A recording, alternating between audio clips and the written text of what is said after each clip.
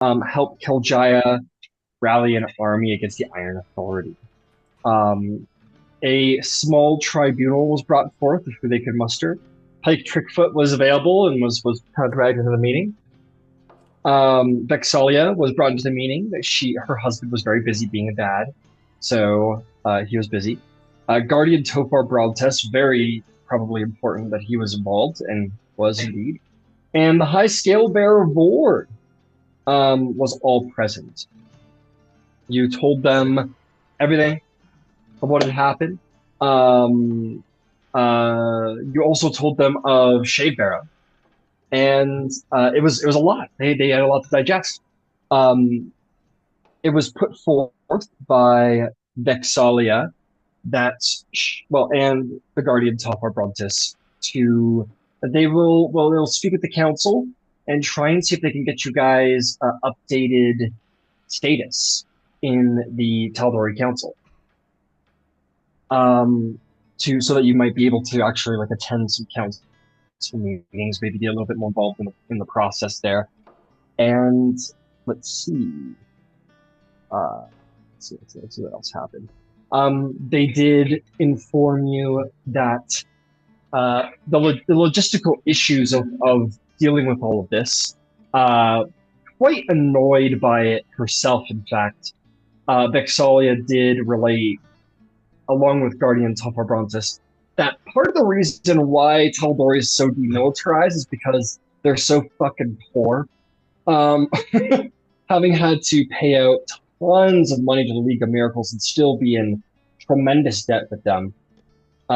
Raising an army is expensive. Those are funds they just simply don't possess. Guardian Talfar Brontes did make a remark about how perhaps the walls do need to remain up in the city.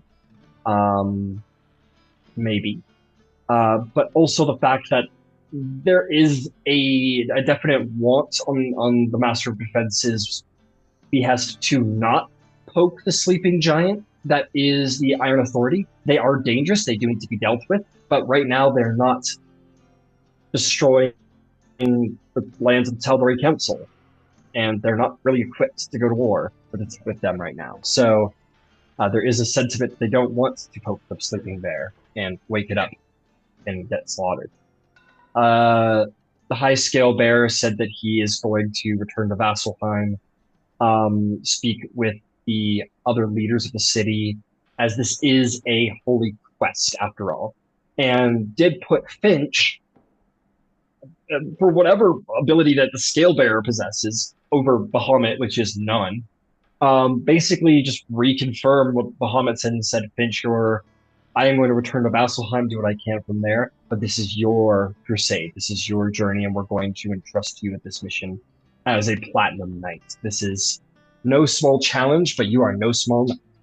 Um, and yeah, after that, Finch puts went on a little dragon ride, and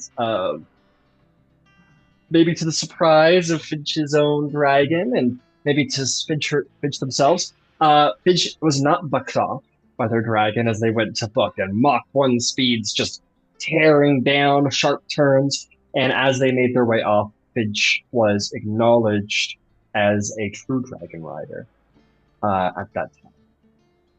So cool. Next day rolled around, in which Drysrinn and they talked about Drysrinn's wish for a challenge with Wyatt, which is probably not going to happen soon, considering Wyatt got the snot beat out of him. And but Drysrinn did relate that they were unhappy with how they reacted to Wyatt and how they conducted themselves towards that challenge.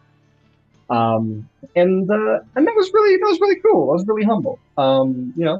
Someone having the balls enough to admit they were wrong.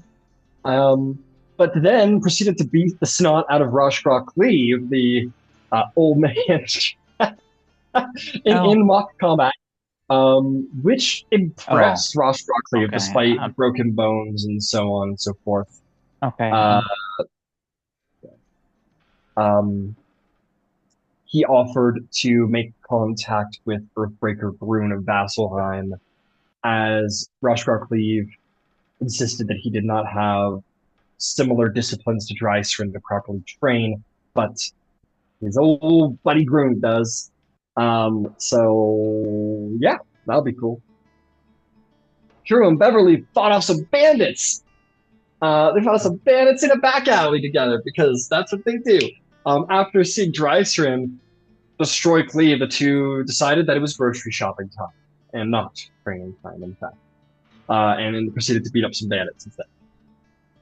Last but not least, Drysrinn and Ember went to Gilmore's. It seems the Tal'Dorei Council's already been making good on some of their promises and offered some payments on some magic items for Drysrinn to equip themselves with, which was fun. Got to meet up with Sean Gilmore, always fun. And really, that's where we left off for the day. So it is the 13th of the month. It is the 13th of Horosol, the month of Horosol. And yeah, you guys have some time on your hands to do what you will. Yeah. The next big event that you guys have, just in case you're curious, is the Brawlers League, which is on the 27th. So you've got 14 days. You got a good 2 weeks before Brawlers League, but it's coming up. I think we spoke of wanting to go to Whitestone, but I know that Finch and Yvaine are on the way to Castle Underguard to, I suppose, to fill in Gabriel, and Yvaine was going to check in on Wyatt and provide some supplemental healing should it be necessary. Fair enough. He nearly died, and that sort of thing can leave a mark. It tends to leave a mark when you almost die. It's true. It's a fair point. As some of you will know, I imagine. Okay. Speaking of which, I'm gonna roll for some lingering injuries for Big Brother, and also go over to the Underguard stage.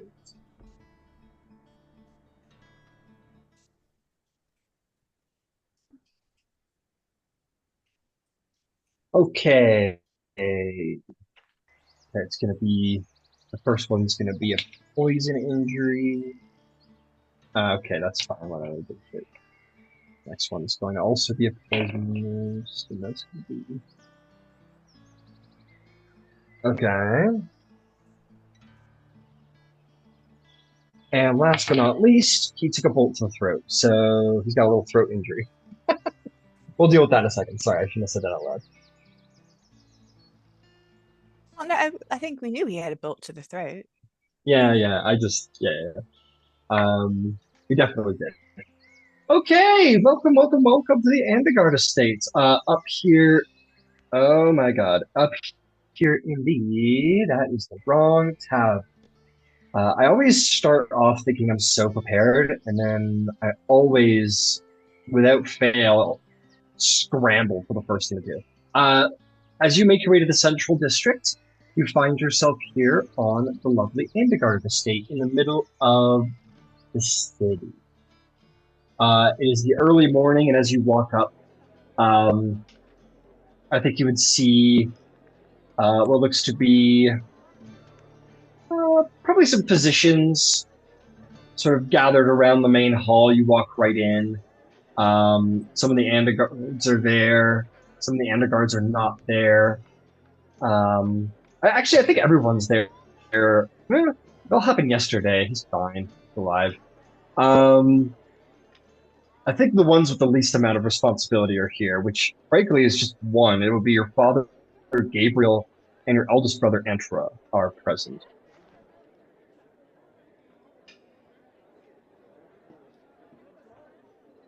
Okay, you walk on in. Antro walks up and says, it's the holy paragon of Bahamut, Finch, the best of us, truly the best of us. It's good to see you. And he bows very lowly and waves his hand over his head. Oh, no need for that. As you say, hi, Platinum Knights of the Hierophants of the Cathedral and all that. Yvaine is trying and failing at not laughing. He'll turn, having gotten a positive reaction out of somebody, he'll turn and say, "Lady Starborn." Supreme Champion, always a pleasure. Oh, not Supreme Champion anymore. That's the bedridden lad upstairs. But I do appreciate that. So, Platinum Knight, me and you, huh? Only two Platinum Knights in Tal'Dorei, I think, huh? Unless there's some secret one I don't know about. Oh, no, I think you're correct, brother. How do you feel sharing that title? Oh well, I still have Champion of the Gods Brawl on you, so you That's know fair. I still have dined with Grog, Strongjaw, and you have not.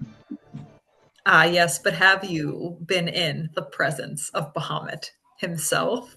I admittedly have not. We'll have to see if Bahamut or Grog Strongjaw is the best dinner guest. We'll have to put the debate out on that one. That's fair. Grog was lovely. I'm going to go see my patient, if you'll excuse me. And she pops off to go see Wyatt. All right, fantastic. In the meantime, Finch, Antra's like, so, um, he'll just shoot the shit with you downstairs. And we'll circle back to that. Let's go see the patient. I changed my mind. Yes. I don't know what to say. I'll be honest. I was like, so, nuggies. I don't know. Anyway, you head upstairs. You find your way into one of the rooms, Yvaine, where you do see that there is definitely a priest there that's going, like praying for healing and all of that. And there is an actual trained physician there who is like feeding Wyatt some kind of drink. Wyatt's neck is like wrapped up in all kinds of binding. And there's like it's clean bandaging, but like pretty thick and like a thick neck brace almost. And he's like sitting there very glumly, dark circles under his eyes. Yeah, not fun being incredibly injured. Gabriel is there as well, sitting sort of the other side of the room, and he kind of pulls himself to his feet and says, "Ah, Lady Starborn, it's good to see you again." It is good to see you. Finch is here. I think they were hoping to have an audience. And if you don't mind, I came to see the patient. I will leave him in your capable hands then. I've been told of your skill at healing. And, well, if my child wants an audience, and he will kind of pat your shoulder twice on the way out. And he'll make his way off to see his definitely not favorite child. We don't pick favorites or anything, but did see Bahamut. So Yvaine, you're there. Wyatt sort of looks across the room at you glumly. The physician who's present simply says, "The Lord Anagard is incapable of speech at the moment due to his injury." No. I should do something about that then. The priest in the corner says, I have already done all of the healing prayers possible and necessary. I'm sure there's not much left to be done." Well, we shall see. So the first thing she's going to start with, she's just going to kind of lean forward and say, well, let me check your temperature. And she's going to put a little kiss on his forehead and cast Greater Restoration. Greater Restoration. Let's see what that is for. And yes, she has the 100 gold piece worth of diamond matter. Got it.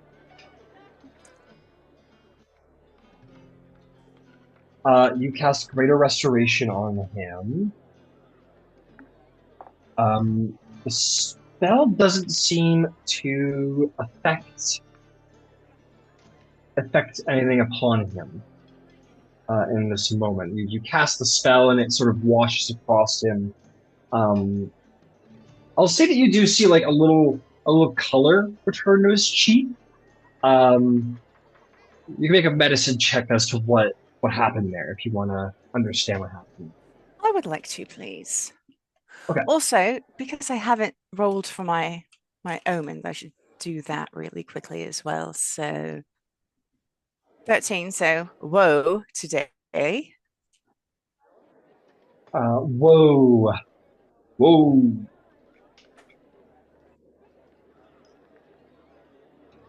All right. So the medicine check was a 13, but I'm going to use my thingy-mabob.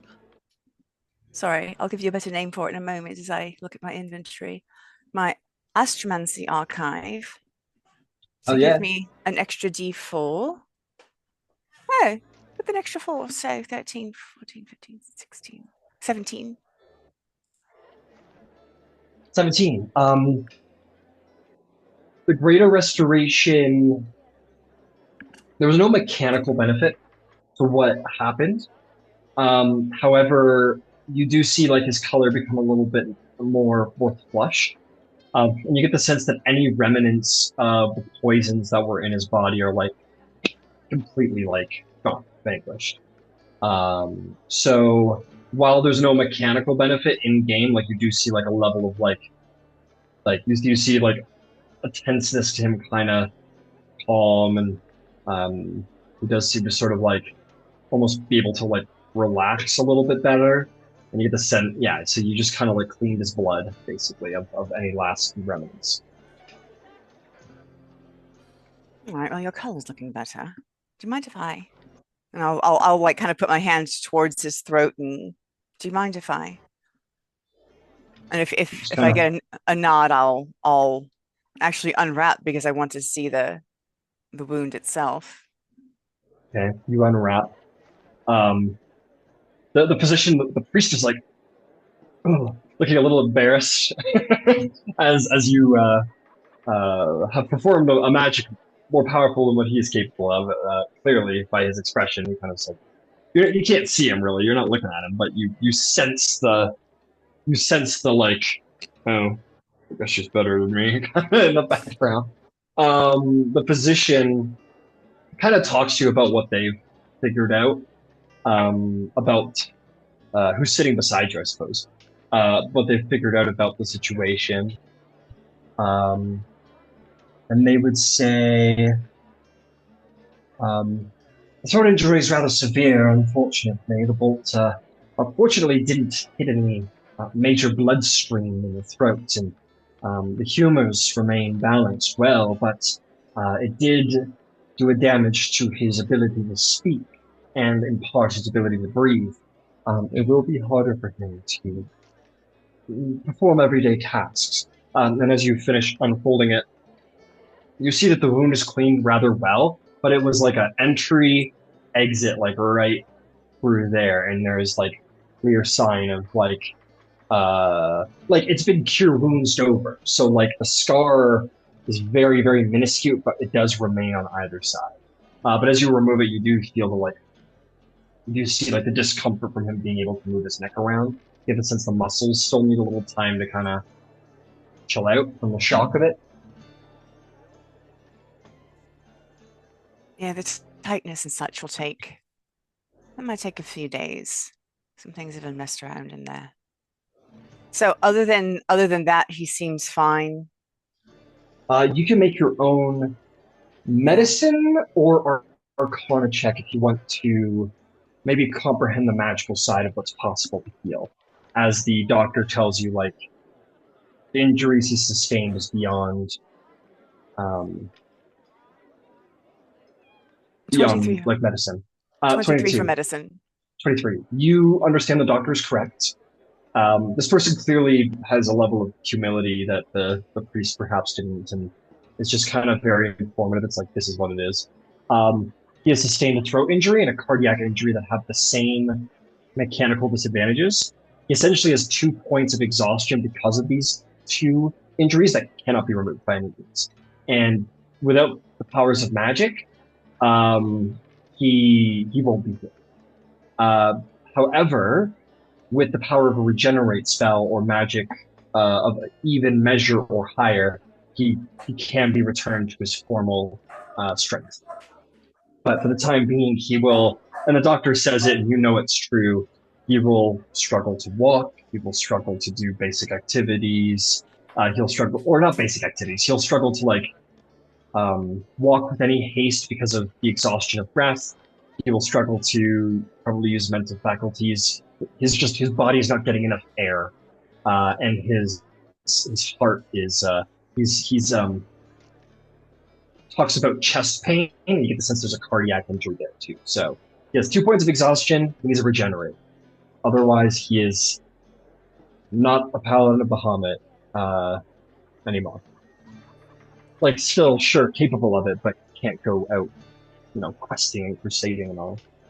I will carefully redo the wrapping. And I will take his hand.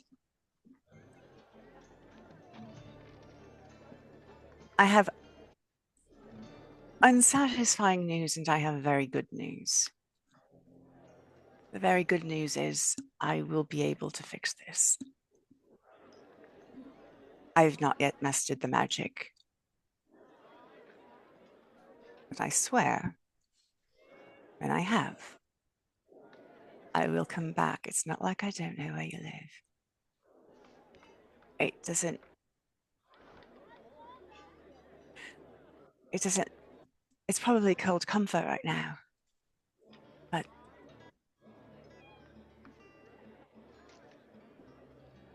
don't lose hope. I just need to learn a little more. And she's like got her hands on him. She's like trying to give him the comfort. Make me a persuasion check.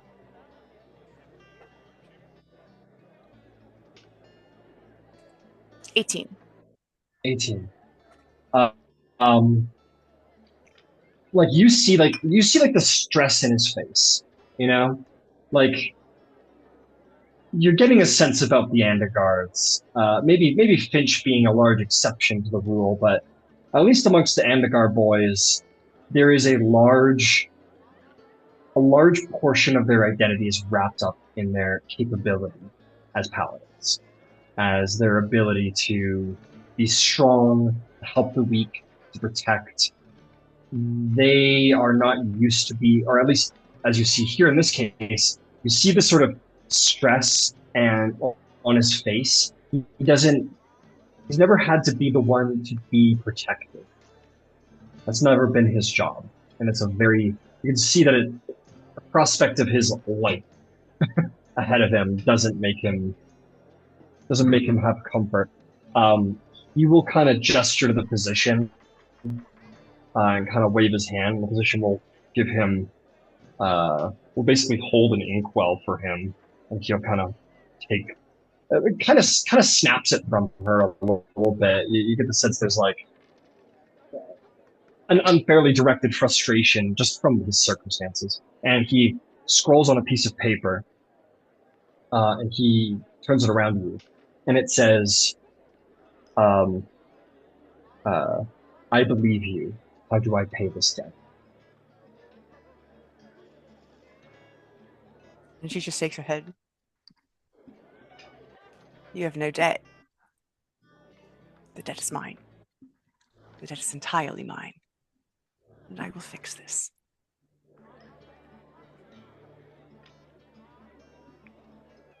You kind of hear him there's this sort of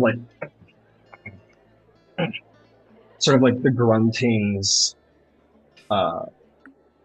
the painful gruntings of wanting to express something, but it being painful too. And he's just very frustrated in the moment. And he just kind of he underlines very sharply, very aggressively, pay this debt. And underneath, he writes "thank you." Or how do I pay this debt? He underlines it as if to say, like, I will. And underneath it says, he writes "thank you." And she just kind of kisses his hand. Goes back. I will see you soon.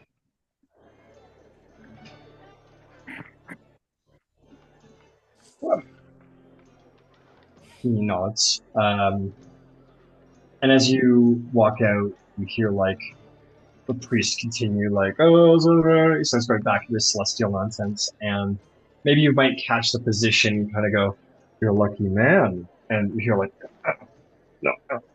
This kind of grunts, like, wait, what? And yeah, you proceed back downstairs. Meanwhile, Finch, Antero, and you were hanging out. Your father comes down the stairs. He says, Finch, how are you, my child? It's been a very long, exhausting past couple hours, I would say, but I am fine, all things considering. Antero sort of grabs your shoulder and kind of like, rocks you around a little bit and goes, so was it as scary and horrible as you feared it would be? I think more so, for sure. The attempted assassination didn't really help. I've come here with purpose. I am curious if, honestly, if Gabriel says, attempted assassination? Oh, yes, the semantics. We'll get into that detail later. But I've come Did someone here. try to kill you today? No, whoa, Yes, we're yes, not. okay. Because we're not glossing past an assassination attempt. Okay, what are you talking about? And I'll give them like a very brief overview and trying to like skirt past it. But yes, no, Holy shit! What do you mean? That's why I got hurt. Yes. So anyway, I am here because I would Well, like there, to. what are you? It's just being unreasonable. This is an assassination attempt. We can't gloss over this. It's not the first time somebody's tried to kill me. It's certainly not going to be the last. It's nothing to write home about, except for the fact that I'm literally writing home right now. Ignore that fact. Gabriel's like looking between the two of you. You're both making valid points. You go, you can continue. I am here to see if either of you have heard from Xander. Your father looks glummed, and Antero says, Xander. He's being a stubborn idiot. He'll be back like he always is. Are you certain? No, but like a cat that got out, you gotta hope it comes back, right? Is that how we treat our family? We hope it comes back? Yeah, we hope they come back. Of course we do. I mean, yes, of course we do. But what happens if he doesn't?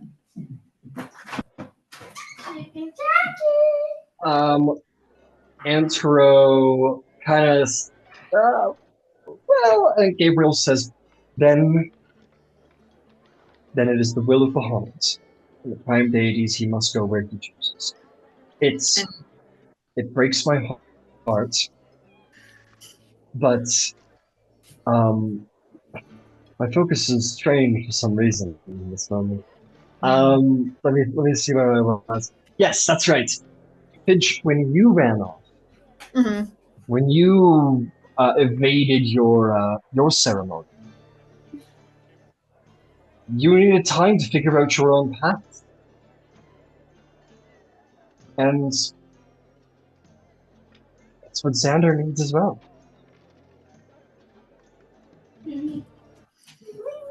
Yes, I think my concern is that this has felt more real, more permanent, and I will hold up his holy symbol. He tossed this aside with complete disregard. Antro says, such a shithead, Xander. I don't know what's gotten into him this last year. He's been such a pouting, almost unrelenting. Mm. And you're right. You're right. I mean, it's been frustrating, and that is what he and I were in disagreement about. He didn't like that I called him out on his behavior, and that the only reason why he feels like he is not measuring up or what have you is in his own eyes. And I had advised him that he needs to go and make his own name for himself versus trying to live in my shadow, father's shadow, any of our shadows. And he didn't seem to like that. I had hoped that some of us, one of us, would have heard from him by now. It's just concerning. Gabriel says it is concerning. When you left Finch, we had Kima to assure us of your continued faith and just feeding time. And he kind of palms the amulet and he says, but this is more... My son, a heretic, have said such things about Bahamut. He'll have much to atone for when he returns. If he returns. We have to hope that he will. I do.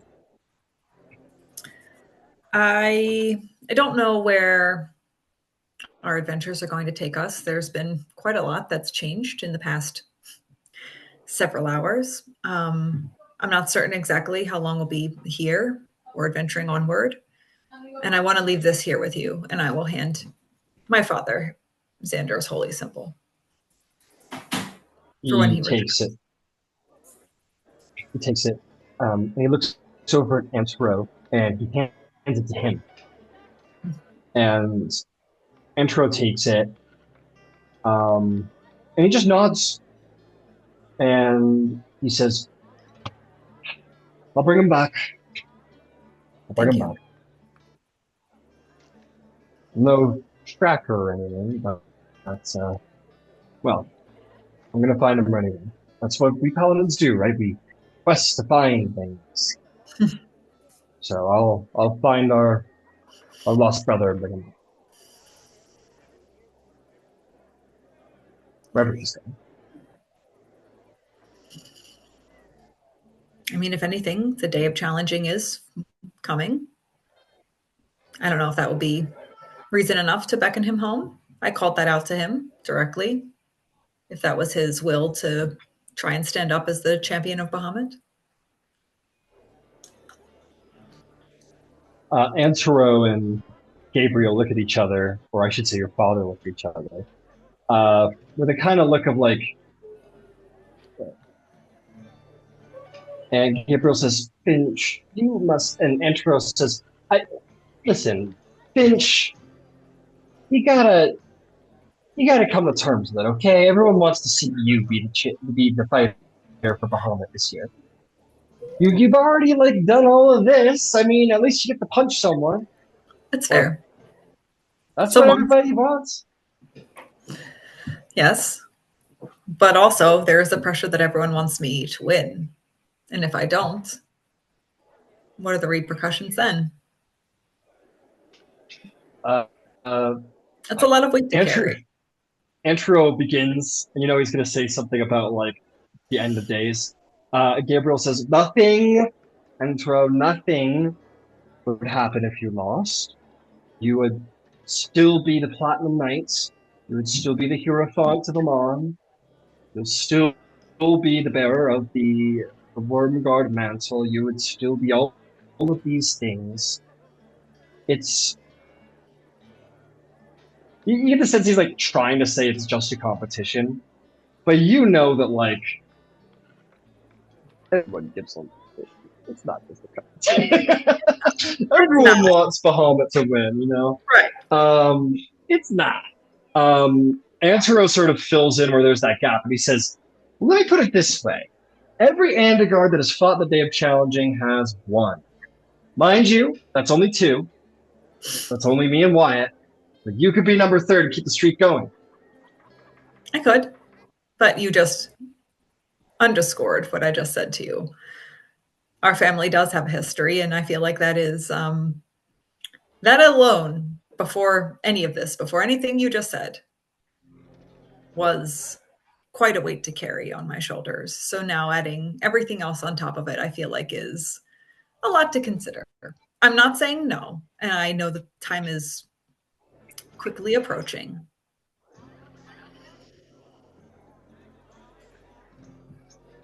Yes. Well, that's the deal. Great glory requires great risk and great challenge. That's why it's called the Day of Challenging. Mm-hmm. I don't know. Like, I mean, listen, Finch, I don't know what you want me to say. Don't worry, it's not gonna upset people if Bahamut doesn't win. It's gonna be fine. Whoever you're fighting is probably not gonna be a complete badass, blah blah blah blah blah. No, it's gonna be hard. It's gonna be really tough. You're gonna get hurt. And if you don't win, people are gonna be annoyed. Mm-hmm. But if you do win, your name's gonna go down in fucking history. You'll be the third, like three's the charm, baby. Finch, you'll be the third Ansegard who won the Day of Challenging in a row of Ansegard's entering. You're like the Hierophant of Emon, the Platinum Knight, the Paragon of Emon. You know what I mean? Add one to the list, and you'll never be forgotten. This will seal you in history. It sounds like, brother, you're already preparing that merchandise, right? A three-peat? Me? Merchandise?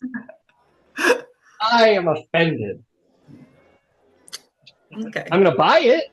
Yeah. I'm sure as shit not supplying it. Mm-hmm.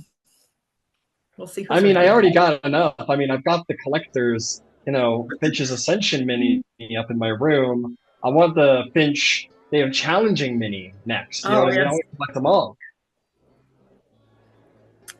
Okay, I hear you. A lot to consider. There's a quiet, like, your father doesn't detest anything Antro's saying. Antro's more blunt than your father, who wants to, like, take care of his kids, give them everything they need, but, like, his quiet is an agreement unto itself about what Antro has said. It is a great glory to achieve and a disappointment to have failed. It's worth noting also, Finch, you recently met Wyatt's competitor from last year, and they seem to be struggling to some degree with moving past that.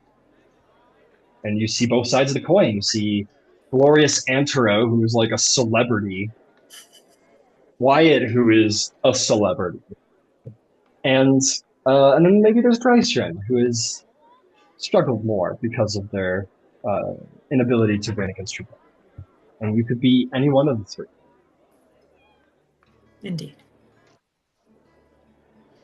At that point, Yvaine, we'll say maybe you were, because that conversation went on a little longer, maybe you were listening from the stairs a little bit, giving them a moment, and then you find your entrance here at this moment and come downstairs, to which Antero and Gabriel stand up.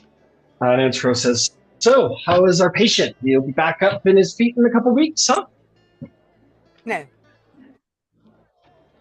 He will not. Oh. Well, tell me how you really feel. Oh, boy. I'm not going to bullshit. I'm not going to bullshit. And she looks at Gabriel and goes, I'm your Finch's family. I will treat you as family. I will not disrespect you with small talk in this regard. She'll give like the flattest, here's what is happening. There is magic that can heal him. I can't do it yet. But when I can, I will. This maybe hit the family harder than maybe you might have suspected today. Antero, who's usually like, he's kind of like, hands in the hair as he's like hearing about it. Gabriel takes your hand and he says, "You can fix this. You have the power to fix this." I am not capable of it. There are priests and druids who are far more skilled than I who can. I've seen it. When I can do it, I will. Until then, certainly you could find someone more skilled than myself. It's a spell for regeneration. You said druids. Druids have these powers that you speak of. And a powerful druid, yes, or cleric. Certainly, there must be a cleric of Bahamut who could. I don't know. Me and my whole family have been paladins. I've never heard of abilities that can regenerate parts of the body that are missing. That's something beyond what paladin skill is. And if there's a cleric capable, I know of none in Emon of that skill. More, it is not insignificant magic, certainly.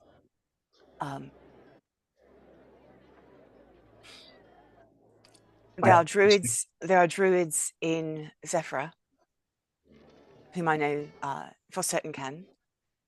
And I believe there is a priest of Bahamut in Western who can, because they help Jewel.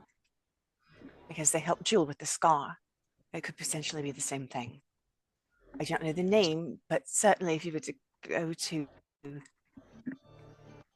the Temple of Bahamut in Western, they would be able to give you the name of an individual. I didn't ask her their name, but they do know Finch there. He turns to Antro, and he says, "Antro, son, you must find the Ashorin. I know. I have met on occasion the voice of Tempest. I will try and speak with her if she appears at court, but she has not in a long time. You must go to the Druids." He goes, "But father, what of Xander?" Because Xander is in good health. Xander has chosen his path, and we should seek him. But your brother saved Finch's life. He deserves our attention. You should go to the Ashari and perform whatever deed they require that they might bring this healing to your brother. He deserves that much. Would it not be easier to go to the temple of Bahamut in Western? Being paladins you say there's powers in Western. There is also a cleric. I do not know their name. Perhaps Finch does. At the Platinum Temple in Western. They did a similar thing for a friend of ours. Friend named Jewel. It's the same spell. Antro says, "Then that is where I will begin my search. The journey to Zephyr is far less perilous than the one to in the northern mountains, if I'm not mistaken. I will head in the direction of Westrun, and if there's no one there who can aid me, then I will visit the Earthshaker." She takes her shield off of her coat and hands it to Antro.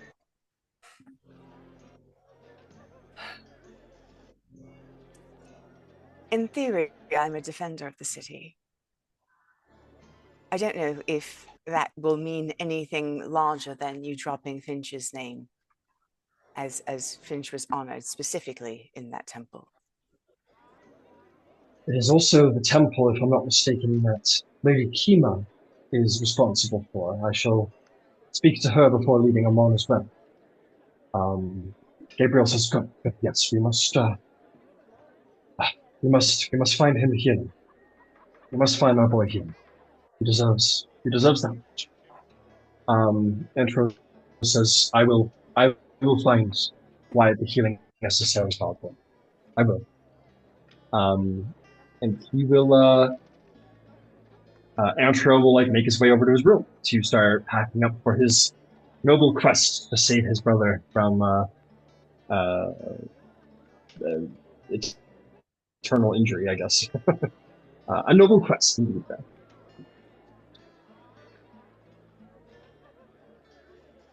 Gabriel says, I must see my son. I wish to tell him that he will have healing soon. And he will make his way upstairs, ever the worried father. Leaving, and Antero comes right back out. He's bags over his shoulder. He's kind of a flighty individual a little bit, so he's already ready to go. He's got like his saddlebags over his shoulder. He's got his weapons now. And he says, all right, going on a quest to save Wyatt. You're going to owe me for this one. No, you too. Thank you.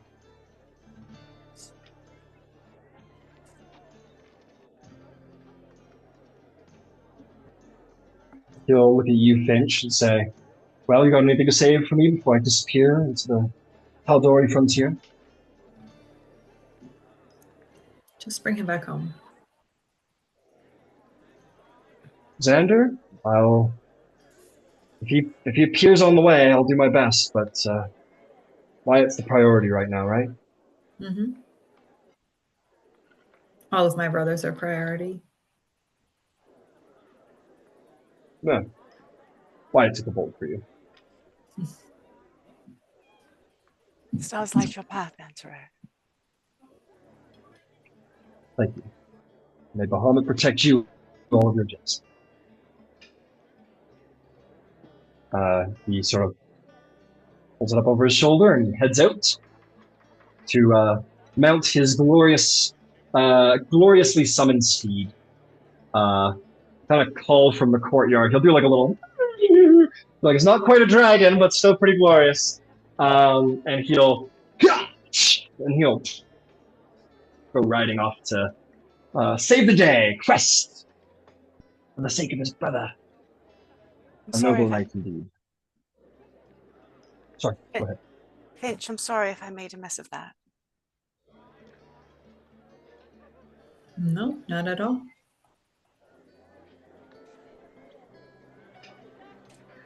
Also, your brothers are ridiculously hot. It's really unsettling.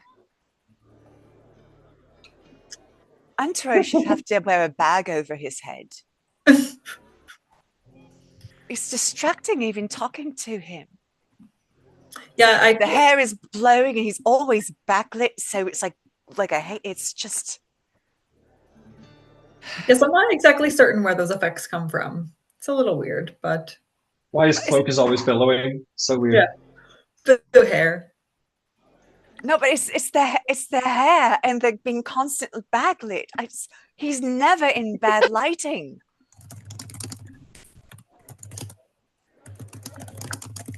When you get to a certain level of being a paladin, you get backlighting. That's feature you get.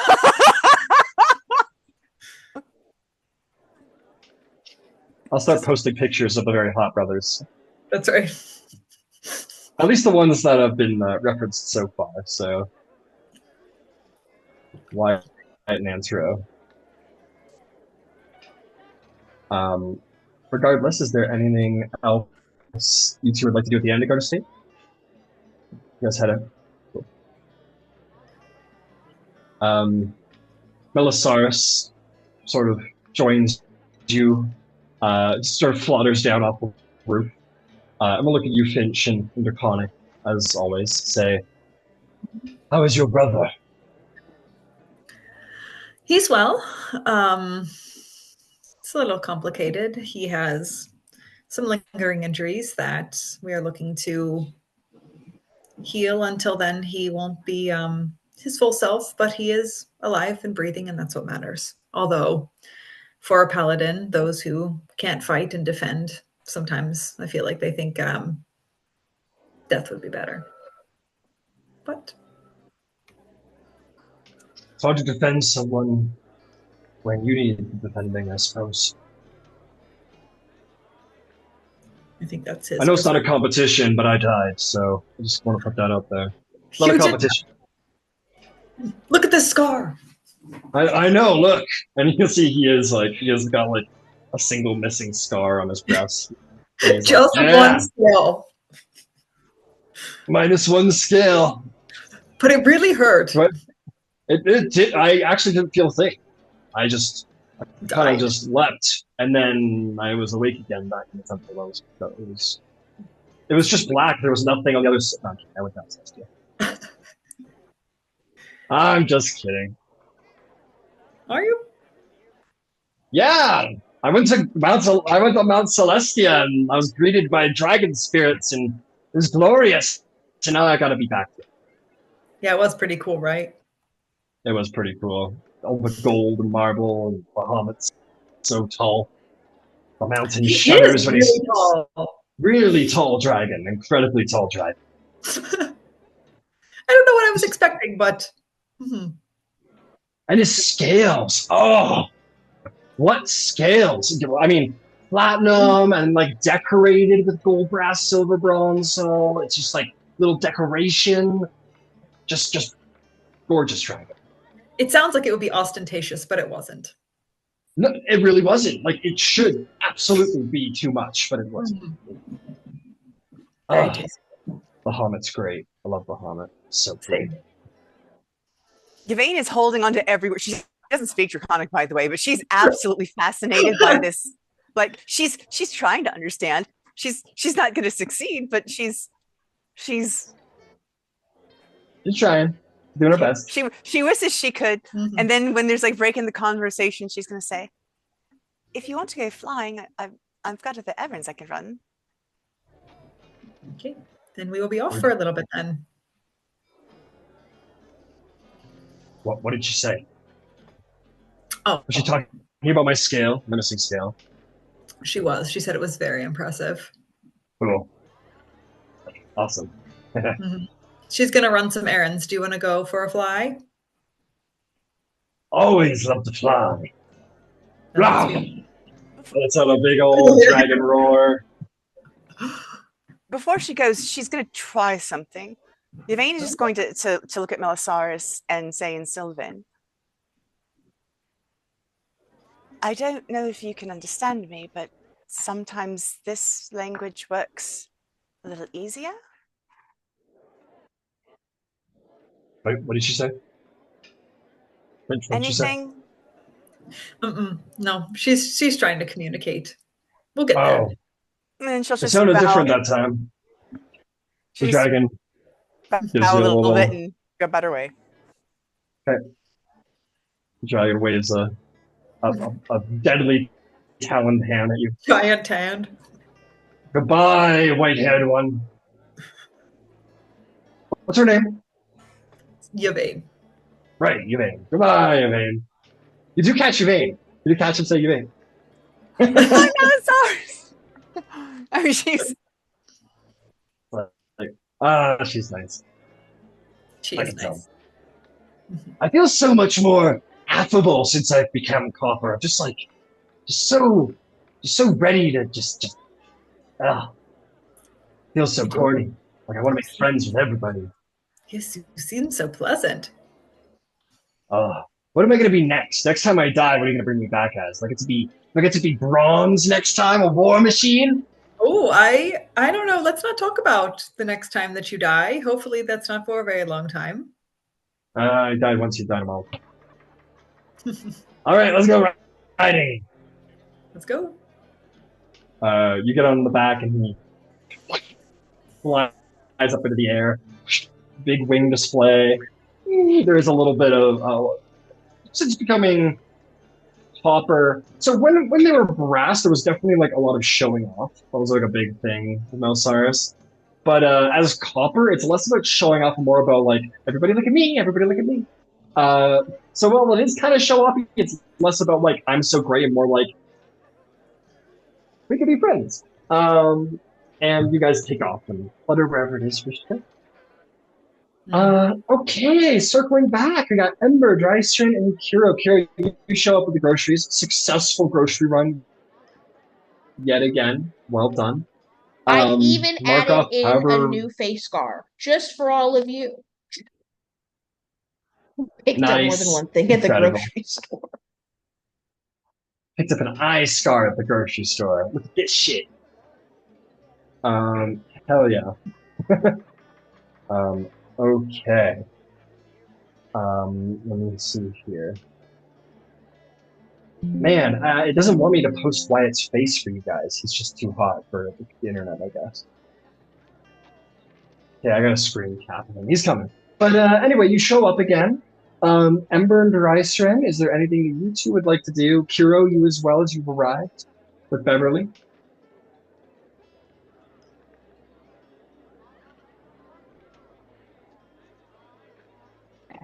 I don't have anything really. And above the table, I don't recall when the day of change thing is for Avandra's champion. I know that it's soon, but I don't remember. Understood. I'll access that for you. I'll figure that out for you. And that's coming up. I'll give it to you in just a moment. Sorry, I'm coming up. No worries. Internet is being a little angry at, but it's coming, I promise. You said you said Kiro and Bev are back from the groceries or back from the store. Are Ember and Drysrinn already there, or did we beat them back? What's up to them?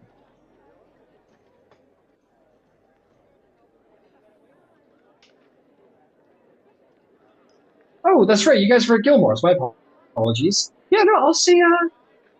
I'll see once you're done unloading the groceries into the kitchen space. Drysrinn and Ember show up.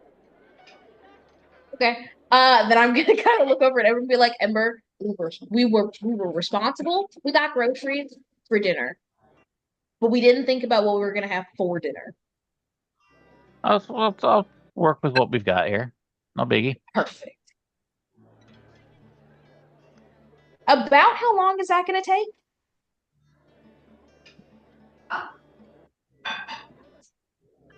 It depends on how fancy you want the meal to be. We've got it. Do we have at least an hour and a half? Yeah. Oh, yeah. Take all the time you need. Perfect.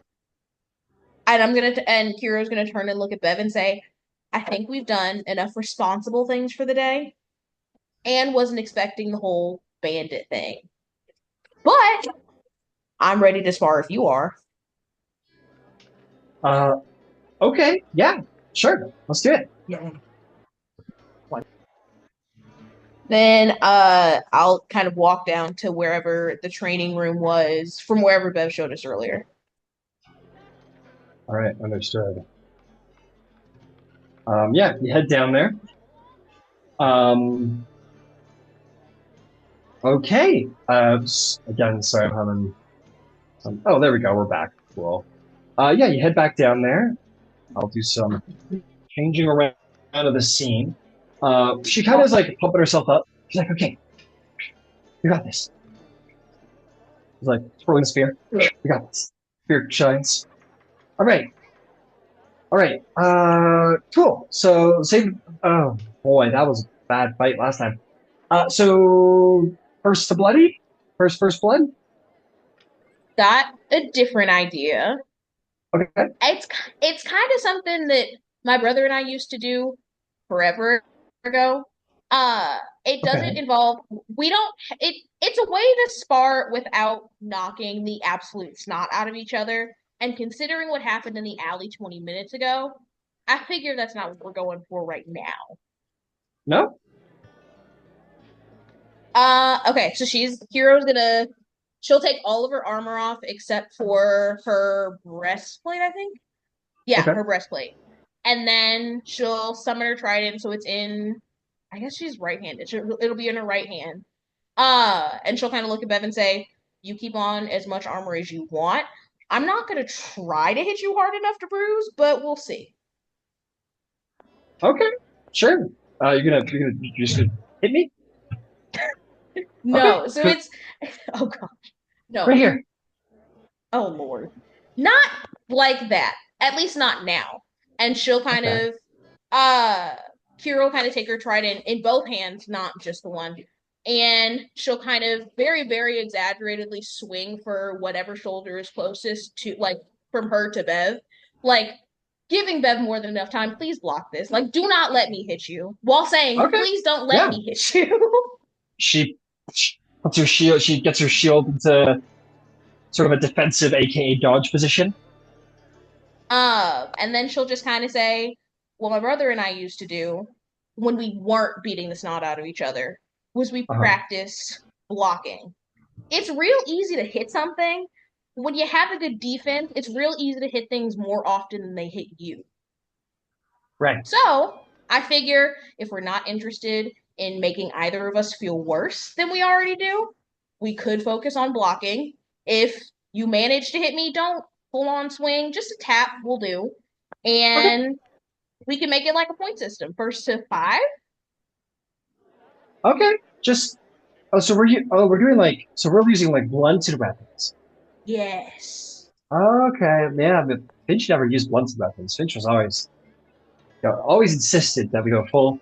And yeah, but no, this works too. This sounds very safe. It is meant to be. It was the safest thing you could get on the ship. That and the cannonballs when they weren't in cannons. Yeah, this is very safe for a pirate. I would have thought like pirates are more. Well,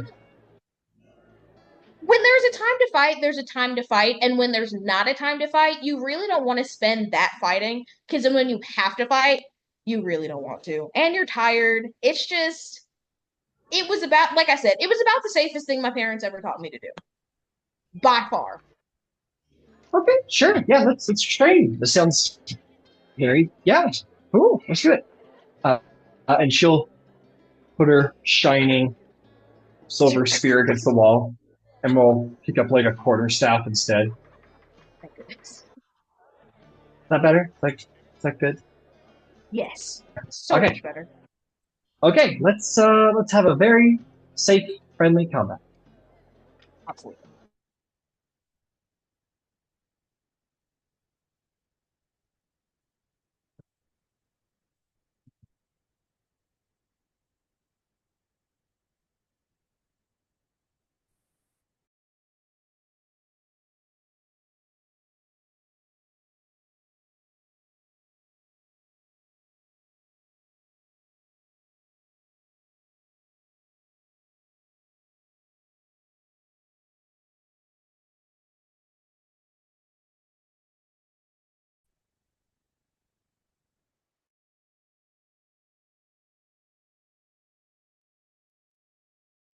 Sorry about that.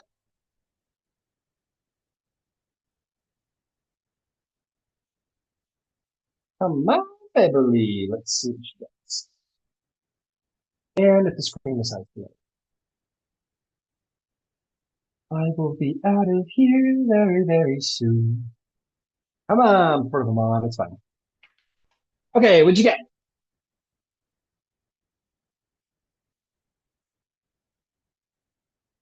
You did.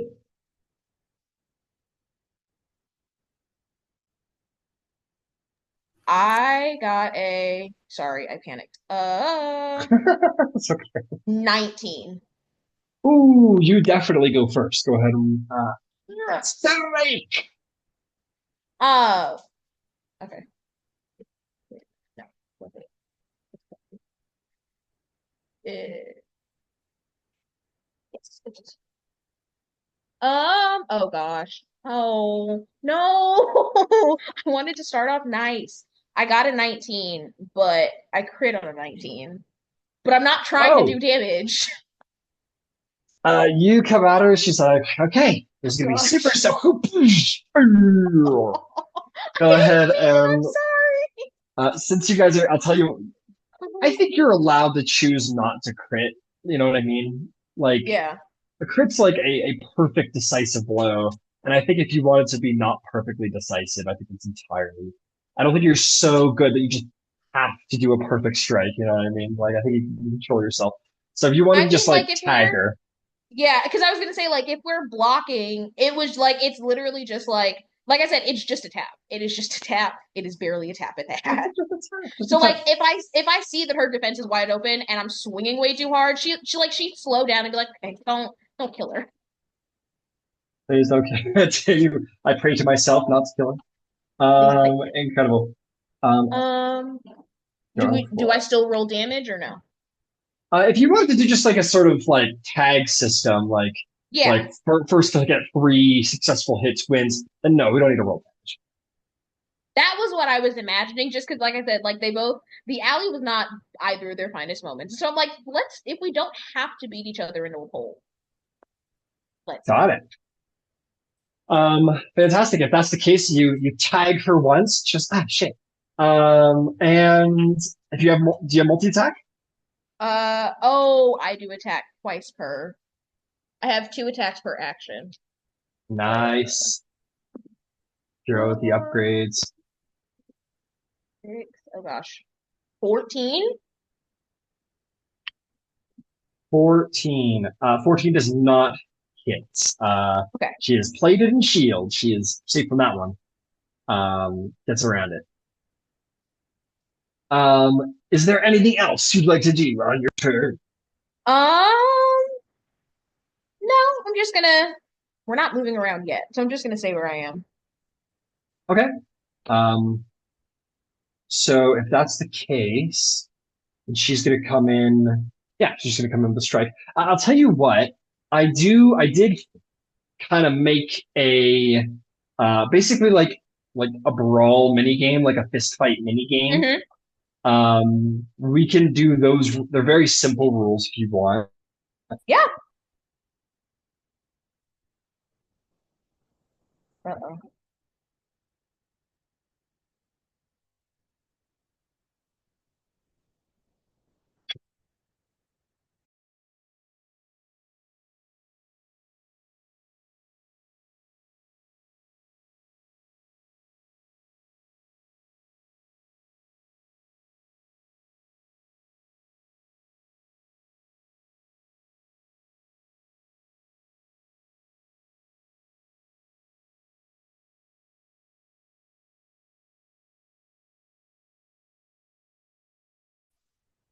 Okay, we're gonna be not using Tailspire unless we have a combo. We are gonna stay from Tailspire because apparently my computer or the internet is just not handling it. However, I will share music through Roll20. So, my apologies on that. So she did roll a 21. Did you catch that? Cool. So she tags you once. She'll go in for the second. That's going to be a 23 that time. Both of those hit. Even she just like you get her, she blocks one, she like swings it around from the side, like almost like the Achilles combo against Hector and Troy, where she like swings it around, bashes it off of you, flips around the back of her neck on the top of her shield, she like pokes you like in the top shoulder with it. And she's looking a little cocky. She's like, ha, there we go. Gotcha. All right, one more for me. All right.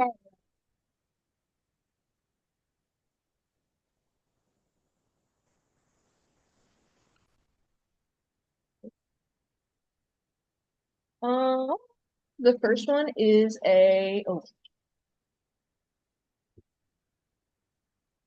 20. Yeah. 20. That will hit. You tag her. No. Listen. It's funny for a minute. Above table. What did we say? What number we were playing to again? Was it 3 or 5? I think you said 3. I think 3 was okay. The top number. My roll is 19 on the dice and then a 27. So how do you take out Bev? How do you win? So my trident I completely forgot that my trident has I have a mastery property over it that's topple, and I completely forgot for the first 2. So then with the last one, she'll kind of just like sweep behind Bev and take her feet out from under her. All right, you knock her under her butt. And she's like laying there on the ground. She goes, second time today. Don't tell Finch. I would never tell Finch. And besides, we're just having fun, aren't we? Yeah, we're having fun. Yeah. And so she'll kind of like reach her arm down and pull Bev up off the ground. All right, she pulls up. She's got like a big smile on her face. She's like it. She's like in the moment. She's like, you can tell she's like enjoying her time with you a lot. I noticed earlier, and this could be nothing. That thief got you real good, didn't he? Yeah, he did. I don't know what happened. He just, I got distracted. Yeah, I got distracted. Just a one-time thing? Yeah, it won't happen again. I'm worried about you, Bev. It happening again. That doesn't matter to me. Yeah, but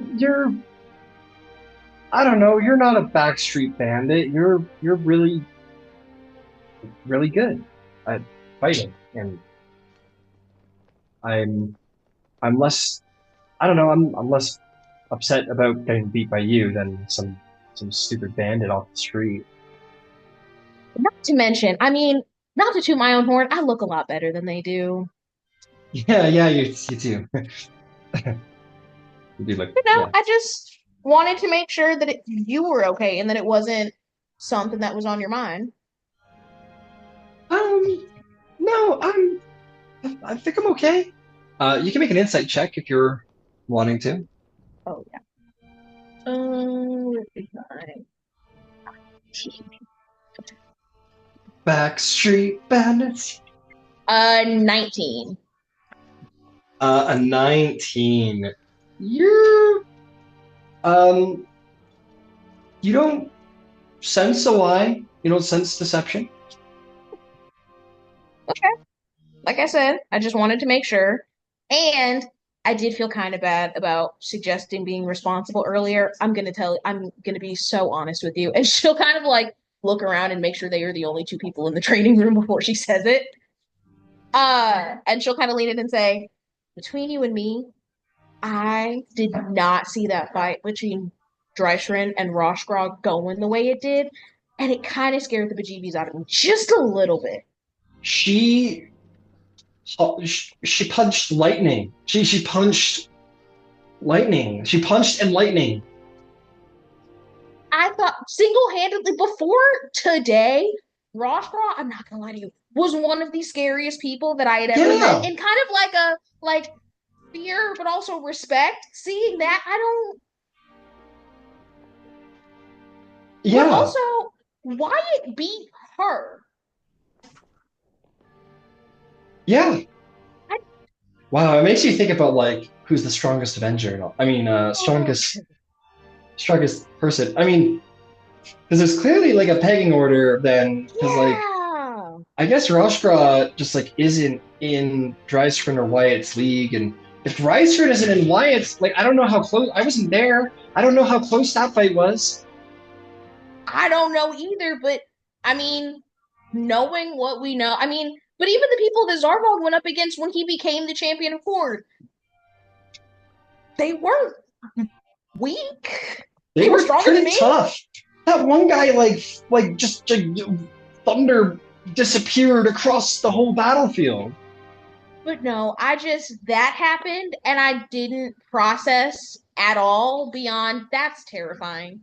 And I didn't want to chance it that she then suggested that one of us spar with her, because I like everything that I have where it is, and I don't feel like having it rearranged anytime soon. And you're made of water. And I don't think water and lightning goes well together. I heard that somewhere. I don't. It doesn't at all. Ever. Oh. Okay. I mean, I guess if we had to go towards the end of the world with anybody, that's a pretty good person to be on the team. Yeah, I think, Bahamut said we had to like pick people, or Finch had to pick people who were up to the job, and I think Drysrinn's a good pick. Yeah, Scary I pick. was not expecting. Very scary pick. Then again, sometimes so is Yvaine and Ember. Ember's very, very nice and scary sometimes. Yvaine's scary when you're not expecting it. Yeah. It just shows up out of nowhere. Sometimes she's just like reading, and it's just like peaceful, happy Yvaine reading, and then she'll read something that she doesn't like, and you think she's gonna burn the house down. I can't tell you how nice it is to have someone who gets it. No, I can't imagine being by yourself with all of them, because here's the thing. I'm not claiming to be the most normal person in town, but there are levels. I mean, I never thought of myself as normal, but I'm just not on their level. No. It's like walking around with like titans or something, and or giants, it's like trying not to get stomped on by giants sometimes, it feels like. And they don't even know. And they don't care. They're just doing they're just doing what they're doing. And you gotta just hope, that whatever they're fighting that day isn't too. Ember flies around on a flying carpet. That's really cool, actually. I like that. It is, yeah. I'm not gonna lie. The carpet. There was a second where I wanted one. I actually still do kind of want one. Oh, I would love a carpet, a flying carpet. That'd be so cool. It would. We're gonna have to ask him let us borrow. Yeah. Think he'd let us borrow it? I mean, he's upstairs making dinner. We probably could. Okay. Yeah. Okay. Yeah. We should ask him. Yeah. We should ask him to use this carpet. And then.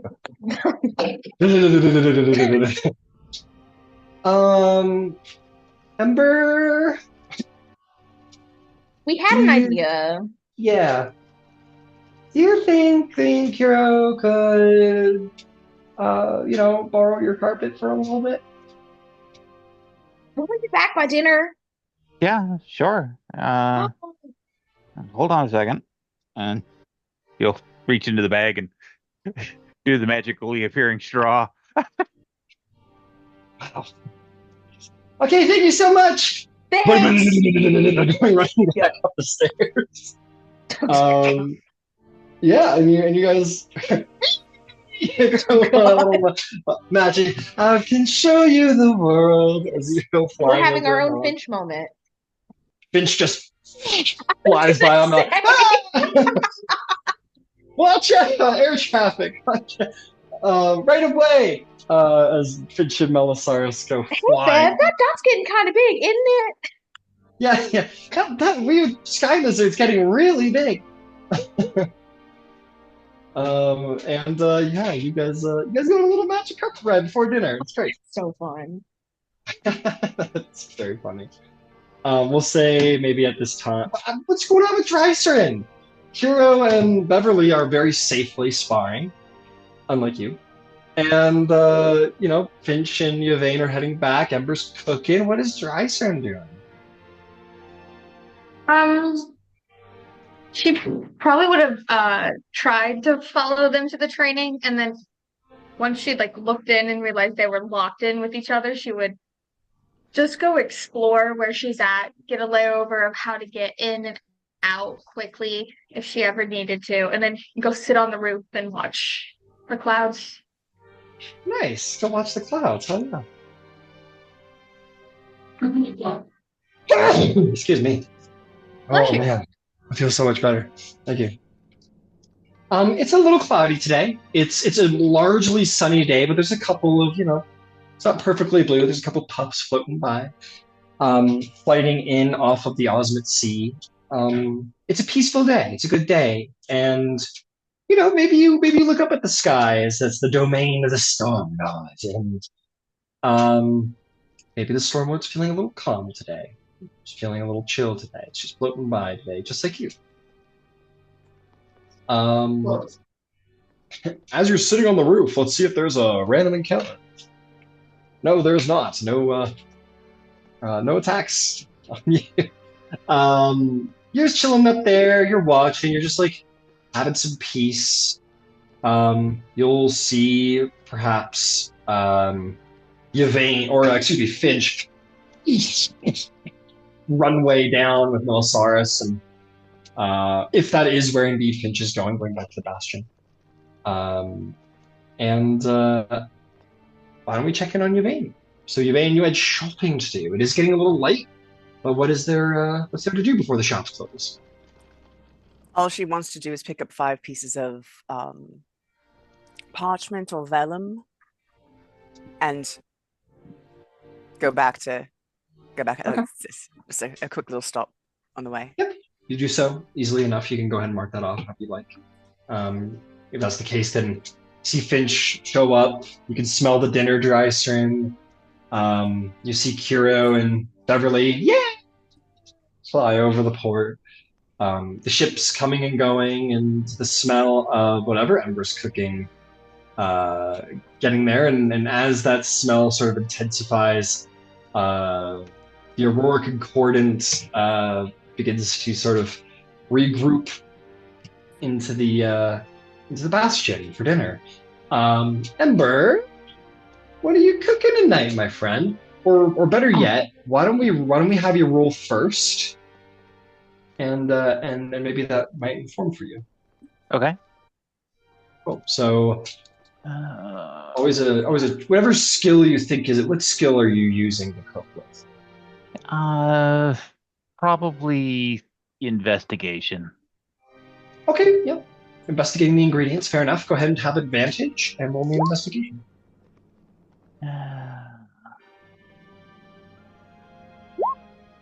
22. You are going to make a gourmet level, delicious dinner, a feast, if you will, for your many companions. What are you doing? I think that I'm going to make chicken cordon bleu, some pommes frites, and green beans with slivered almonds. They eat well in this house. That's why they're all so strong, Kiro. That's why they're so deadly, is because they eat so good. You as the magic carpet ride comes to an end, as someone comes out with a ding ding ding ding ding ding ding, ding dinner bell. You guys all file into the house, and Ember's cooked up something especially delicious tonight.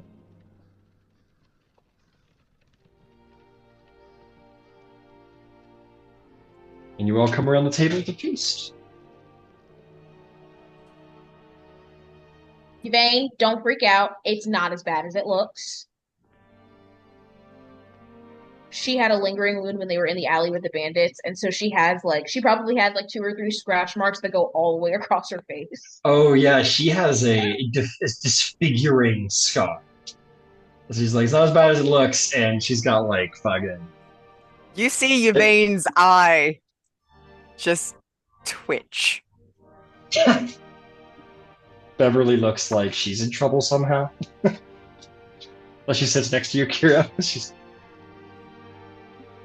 It's not as bad as it looks. And really, if you think about it, it wasn't really our fault. They stepped out of the alley at us, and we didn't kill anybody this time. So really, when you think about it, it all evens out. Who? Not that we ever kill anybody. Stepped out of the alley? These people tried to rob us. Yvaine looks at Ember. No, wait. Don't burn down the port. We beat them up. We won. I am mostly certain we can track them down. No, it's fine. No, Yvaine, no.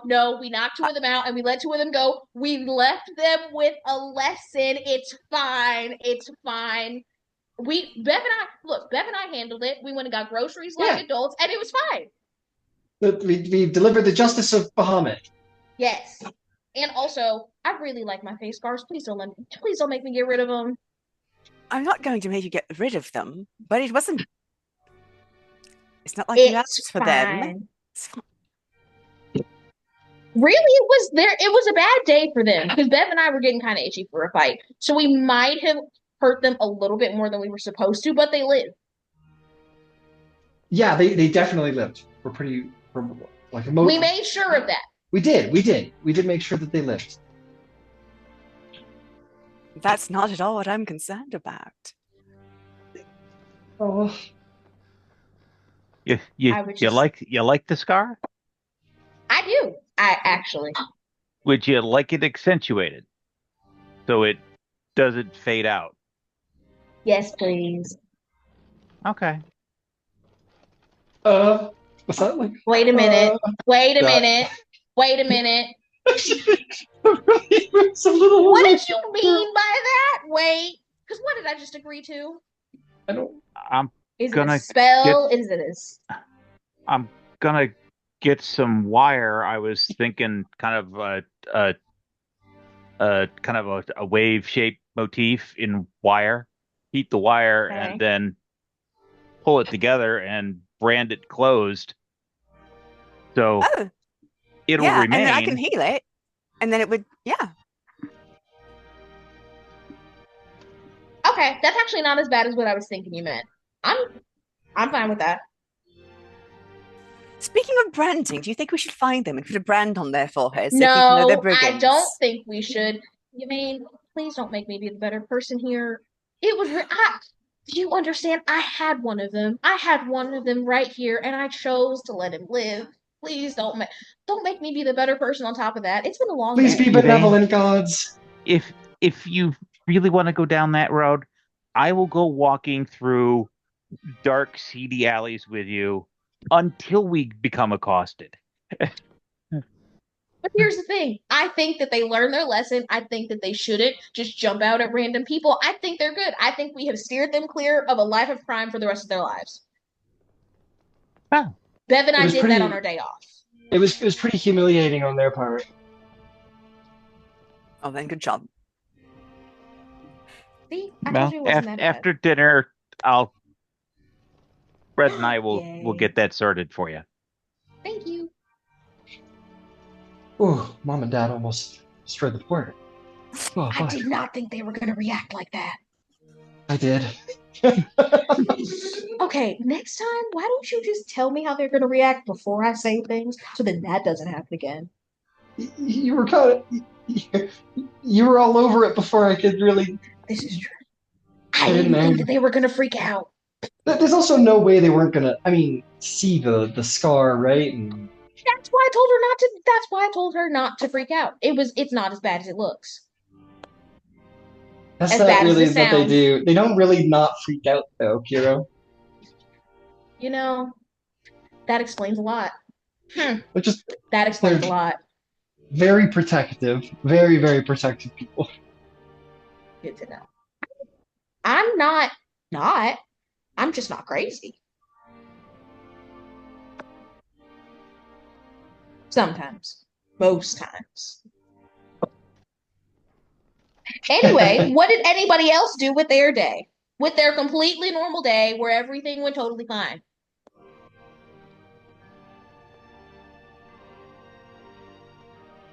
How's your brother Finch?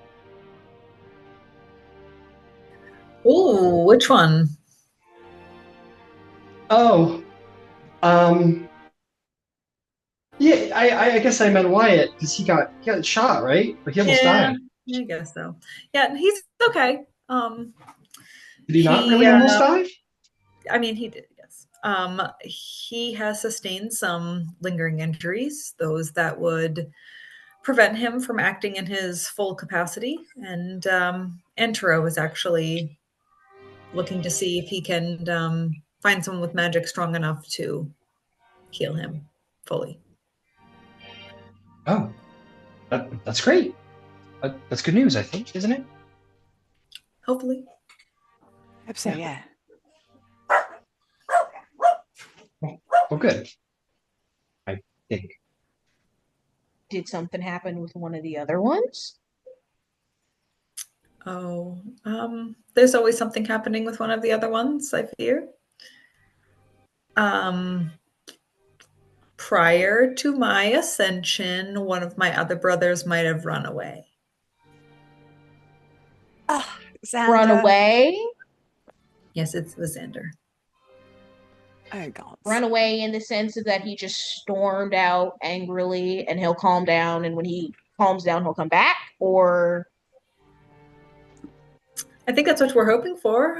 There's no guarantee with that. That's why Yvaine and I, well, that's why I was visiting my father to see if he had heard anything. And as of yet, nothing. I did question that myself. It seems like a bold assumption that he is coming back. So we shall see.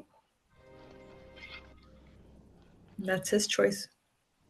I take it he's not the storming off type normally. Do you have something of his? Not any longer. Oh, that's unfortunate. I mean, I can find him. Well, it would be easier if you had something that belonged to him. Does it matter if I know him? I honestly don't know. If you're using your little scrying mirror like you did on our mage friend, yes, having an item that is his would be handy. Hmm.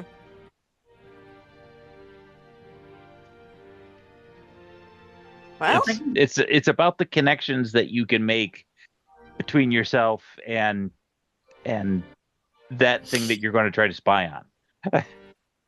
I can get something. Any chance he just doesn't want to be found right now? There's a possibility. It was I was gonna say not a silly fight, but I fear that's subjective. He's been having a very difficult time over the past year or so, and I feel like recent events have been a culmination of those feelings. So while any other normal circumstance, I would say I was confident in his return, this I'm not so sure. Where he would go and what he would do, who's to say?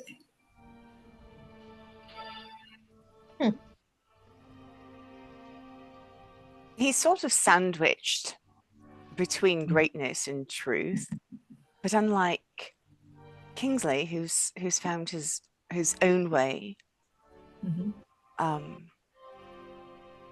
he sort of raged against it. He spent his entire life living in other person's shadows instead of casting his own light. And that's been unfortunate. And that's exactly what I told him, and that's not what he wanted to hear, and I can't force him. So he will have to learn on his own. Well, I don't have a lot of family, but my recollection by observing others is that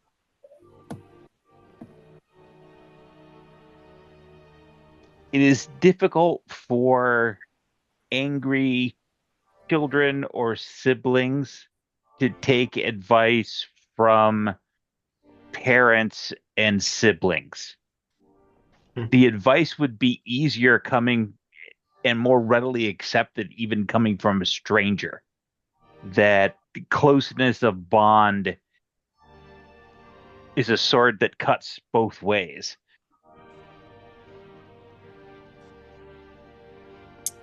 That is a valid point. I guess we'll see. I know one of my other brothers said that he would maybe seek to find him after we found help for Wyatt. So for now, it's a waiting game. I'll see if I can get something of his.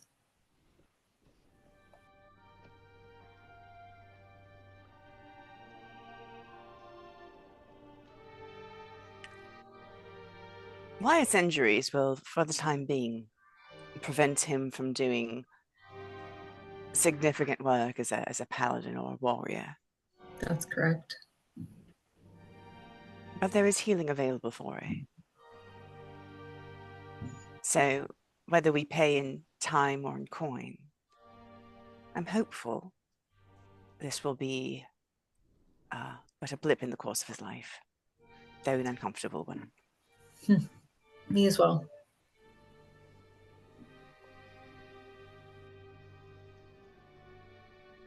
Perhaps it's not my family, it's not my place necessarily, but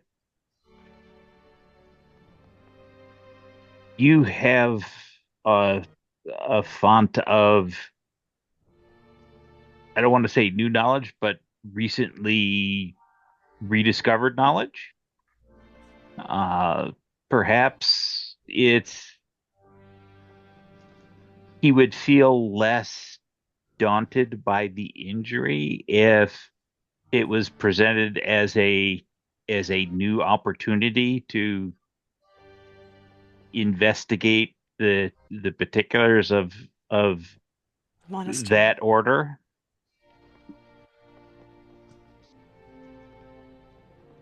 So when, if it's something that he would be interested in following once he has that opportunity to heal, he is still progressing down a path to self-improvement, and making himself a more staunch defender, etc., etc. I just know how rotten it feels to be not able to do much of anything. So if that's something that would appeal to him, I don't know him well enough.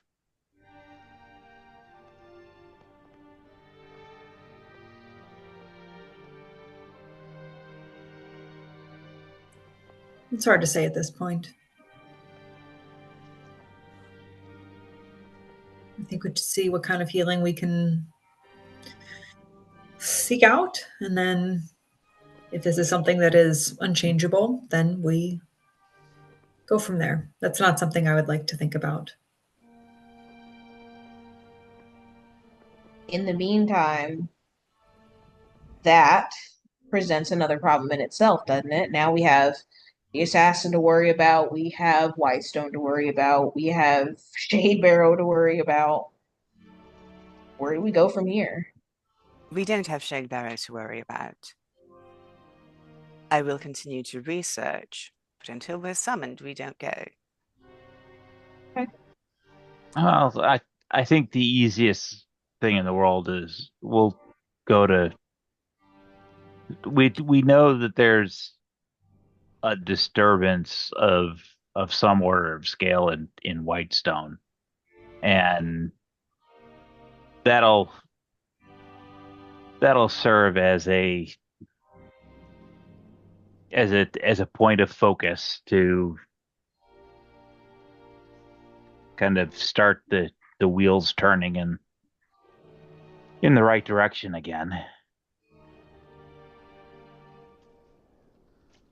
And we can delve into more complex and fraught things after that. And as much as I hate to say it, with Zarvolg's new focus, we might want a tracker. No, we might want an opportunity to stretch our legs with our new composition. Fair enough. And that seems like an opportunity to do some good for some folks, and not a super fraught situation necessarily. May I invite Camilla with us, at least for the journey? Invite whoever you like. Thank you.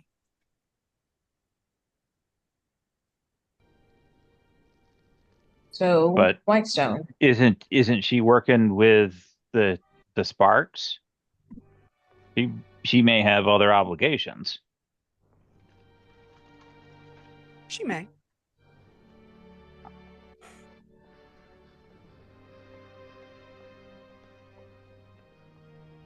Okay, so Whitestone.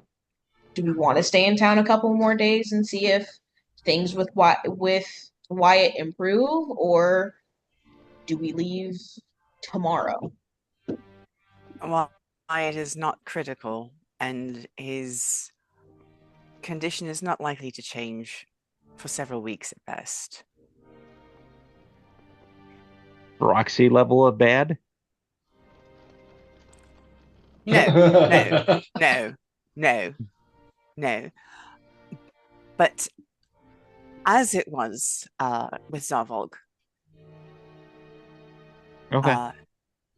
White will require the same level of healing. I'm just not quite capable of it yet.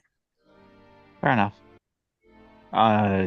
To answer the question about stay or go, that requires the above the table answer that I don't have. But if we assume that it's not right away, then we can go to Whiterun anytime. So I'm gonna roll a dice, and we're gonna see when it happens. Fair I'm gonna roll a little d12, and we're gonna see when it happens. It is in 4 days.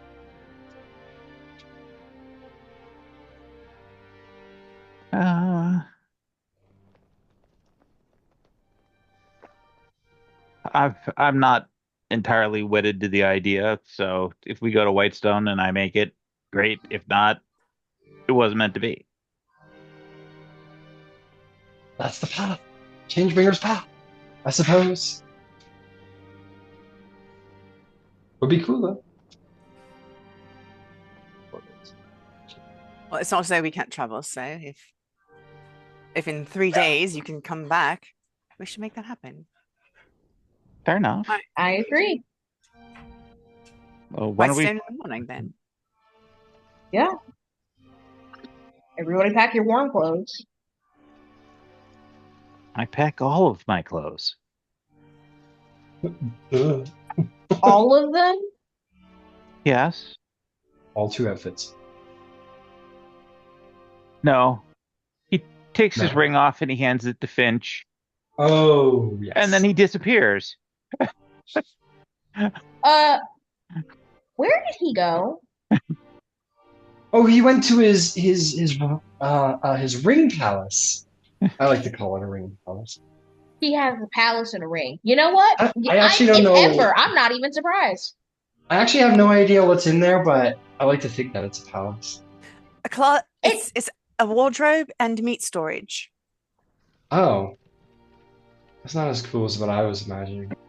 Sorry. That is a real strange combination of things, but all right. Meat storage? Meat and clothing storage? Really? That's it? You know? Aww. At which point he will reappear. It's more than a closet in meat storage, damn it. Thank you, Finch. Ring palace it is. Yeah, ring palace. It's a little cramped. There are a couple of wardrobes in there. I've got some places to sleep. I've got some ingredients and whatnot. I've got a small, it's not ideal cooking surface, but it's a small livable space. It's about the equivalent of a decent sized room at an inn or tavern. So a palace. In a ring. Bet you're right. It's convenient.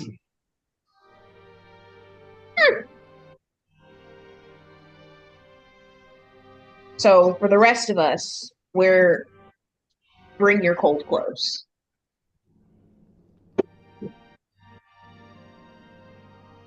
Okay, I'll get my clothes cold. I mean, my cold clothes. Definitely don't do the first one. Also, if you have any extra leather, put it between the metal of your breastplate and the padding underneath. Does wonders. Oh yeah, I learned that the hard way when we went to Ironborn. Oh boy. So did I. Okay. With that, you all pack for a voyage tomorrow. It is definitely colder up in Whitestone, if that is where you're headed. So yeah, that's fair. Why don't we go to a slightly early break then? And when we come back, we will visit Whitestone. Yeah. Cool. We'll be right back.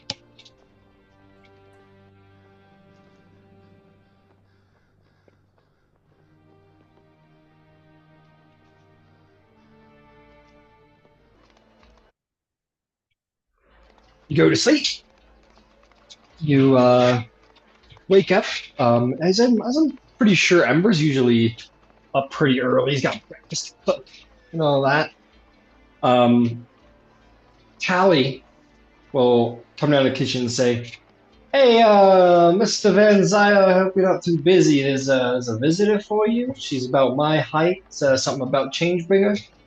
Oh, Bone hand, someone? Yeah, by all means. Yeah, should I bring her here in the kitchen? Yeah, that'd be fine. Or I right. come down, but 6-1 that doesn't matter. I'm just making breakfast. All right, actually, cool. bring her up. She can have something to eat. Yeah. Sure, yeah, absolutely. I'll go get her. And we'll say you're like, she doesn't care. She's a fucking Changebringer. She kind of comes to the kitchen to you. She goes, "Hey, Ember, how are you doing? It's good to see you." I'm doing fantastic. Do you take anything in your coffee? Oh, yeah. 2 scoops of sugar, please. Okay. Yeah, sure. Well, it's good to see you. Did you hear that the ritual of the turning, or the festivals of the turning winds are gonna get started soon? 4 days, right? 4? Yeah, well, 3 days now. 3. Okay. It's gonna be good. You gonna be there? I'm gonna try to be. We gotta scoot to Whitestone this morning,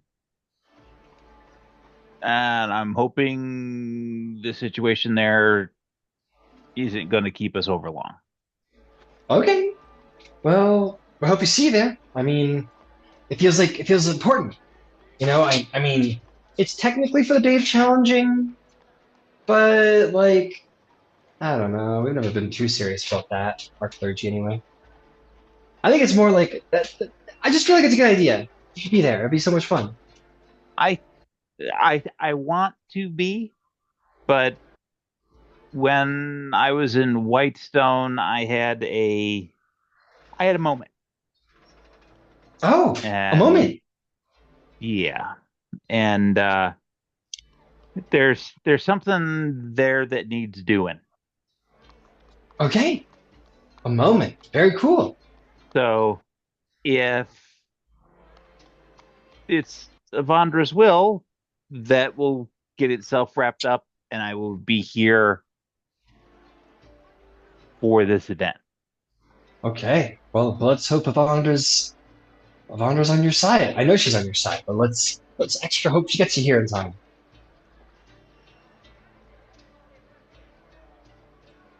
Yeah, and she'll have breakfast with the party. For the sake of Drysrinn and Kiro, sit next to Ember, seemingly a buddy of Ember's, or seems to know Yvaine, seems to know Finch. You see this halfling girl, who introduces herself as Fiona Balmhand. She has sort of thick brown hair. She's got a very pleasant face, and she's kind of dressed like a little like very traveler-y, very pilgrimy. Like she's not wearing like a robe or anything, but she's like clearly like a person of the road. She doesn't look like she's how do I put this? She doesn't look like she has a lot of wealth. Like her boots are well worn, her clothes are a little tattered here and there. She's got like everything on her back. You get the sense that she is, every sense of the word, her home is the road, it seems, and she doesn't come from a lot of wealth. But she carries a bright smile and is very thankful for the kindness. She says, "So, well, it's been good seeing you all. How have you all been? All good, yeah. So I just wanted to say that the festival of the Turning Wind is beginning in 3 days, and Ember, he likes the Changebringer. He thinks the Changebringer's a pretty cool lady, and it'd be really cool if Mr. Ember could make himself known for the Turkey Festival. I know you guys are busy and important people and all, but you know, you gotta make time for fun and religion and the Thank you for gods and letting all. us know. Yeah. Thank you for letting us know. Yeah, Ember said he'd be there so long as it was the will of the Changebringer. And as a cleric of the Changebringer, she looks like directly at you, Ember. I'm enacting her will. I hear and shall obey. Okay, cool. If you're busy, I get it. I'm gonna try and push fate in the right direction. I'm hoping that we can get the situation there, if not resolved, at least stabilized long enough that we can do what needs to be done. But there were, how many did you say there were, Kiro? Undead centaurs? We took out at least a herd. Then again, there were two that were standing on top of a hill and one standing in the middle, and the one standing in the middle did not have a head. Oh. Wow. Undead centaurs. Wow, you got your maybe you got your hands full. That's, and there's concern for the people of Whitestone, not so much in Whitestone themselves, but for the travelers through the forest to the south of Whitestone. There's a pause for concern, which explains the moment I had while I was there. Okay. Well, I wish you all the best of luck getting all that solved. That sounds like pretty important stuff. She'll finish. Go ahead. We are traveling with High Paladin Hierophant Finch, so I'm certain any undead that would rear their malign head will flee just by the sheer presence. Oh, I have no doubt. Great Platinum Knight. It's good to see you. Congratulations on meeting Bahamut. It's not every day you get to meet your god. Yes, if we're lucky. Yes, thank you. Oh, that's not me. Well, good. I'm happy. I'm tremendously happy for you. Well, I'm just gonna clean up my dish, and I should get going too, because lots of walking around the city to do. But thank you very much for your hospitality, and may the Changebringer and the Lawbearer make your days peaceful ones. Thank you. And she'll take her plate, and she'll go over to the kitchen. She'll clean it. And she'll bye, and I'll see you at the festivals. We'll see you there, I hope. Yeah. God's willing. The gods are willing. She'll leave with that. Okay. Whitestone. Before we go anywhere, Yvaine pops over to the spot to see if she can find Alistair and Camilla, not necessarily alone, or preferably alone. Sure. You're like, hey guys, I'll catch up. Let's roll a dice. Let's see if they're busy people right now. Yeah, you walk in and you see they are all, they're all hanging around, looking like a little, like twiddling their thumbs a little bit. They look a little like, Keljaya's not there, but everybody else is there, looking slightly, almost agitated, like for whatever reason. You see the Halt is going to step in front of you. She's going to say, Yvaine, it's been some time. Can I have a word? Of course. She will take you privately, and she is going to say, sir, I see that the Tal'Dorei Council's in something of a flutter as of lately, as if something more tremendous than Bahamut loves you happened on the day of Ascension. Indeed.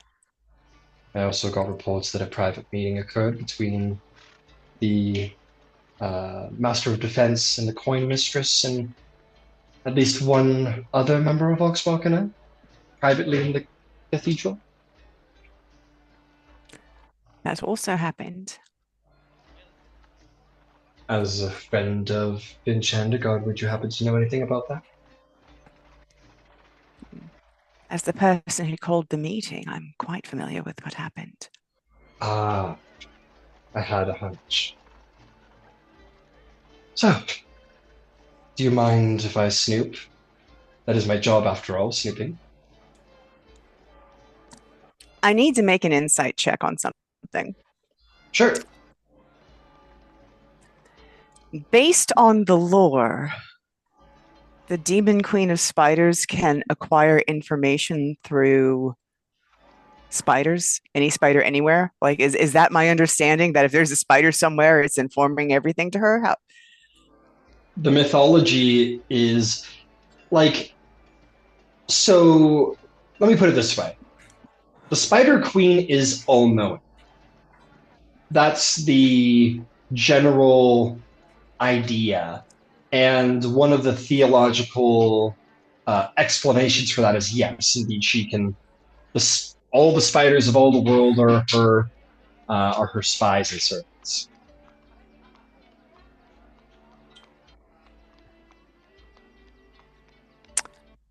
One more thing, and they can't go on holy ground. Like, they're not able to penetrate. Spiders can go on holy grounds. They're simply beasts. They can go wherever they like. Just like a bird can get lost in a cathedral, so can a spider. If the Spider Queen has power over them, they're innocent in that. They're not demons. Shit. Yeah, so the idea is, if you have something to tell her right now, and you're worried about the Spider Queen knowing, the Spider Queen's all-knowing, that's what they say. For whatever it's worth, I was going to find you in a dream simply because I can control this space a little better, but yeah. I was planning on telling you what happened. And she's going to speed run Ixratu Kar and the assassination attempt. The message from Bahamut.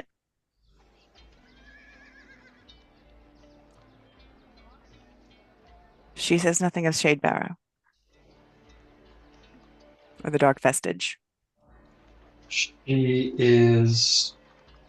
looks concerned, unsurprisingly. She goes, "My, what a day. Yeah. What a day you've had. Or week, I suppose."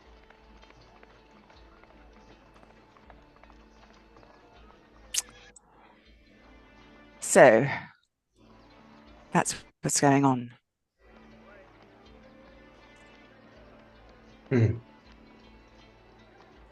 I have... Oh, go ahead. Yes. No, please. No, I was simply going to say that I have superiors to report to, but I appreciate you telling me everything. We've been wanting to investigate the Tal'Dorei Council, but I must admit, Yvaine, it's been some time since you've been close with the library.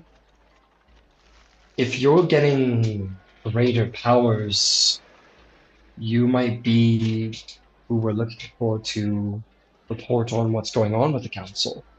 As you know, we've been having our eye on them in fear of corruption. I'm mostly certain it's why they gave me this position, isn't it? Keep an eye out for corruption, yes.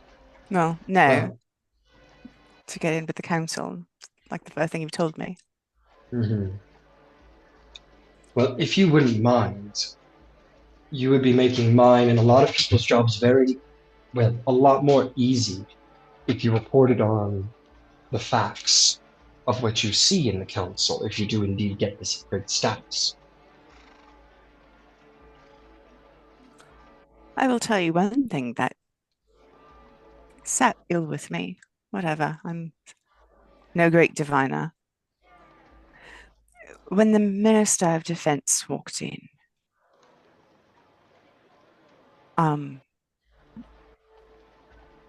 like they're a paladin, yeah? They're a paladin of the Platinum Dragon, I believe.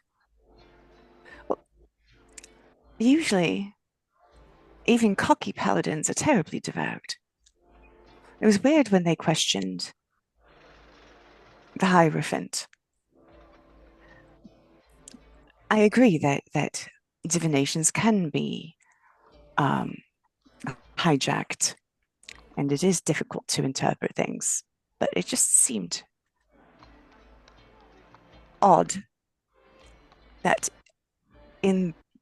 on that holy day, in that holy space, given that kind of warning, not the instinct, but that they would voice it out loud. It just, maybe it's nothing. But maybe it's something. Felt off.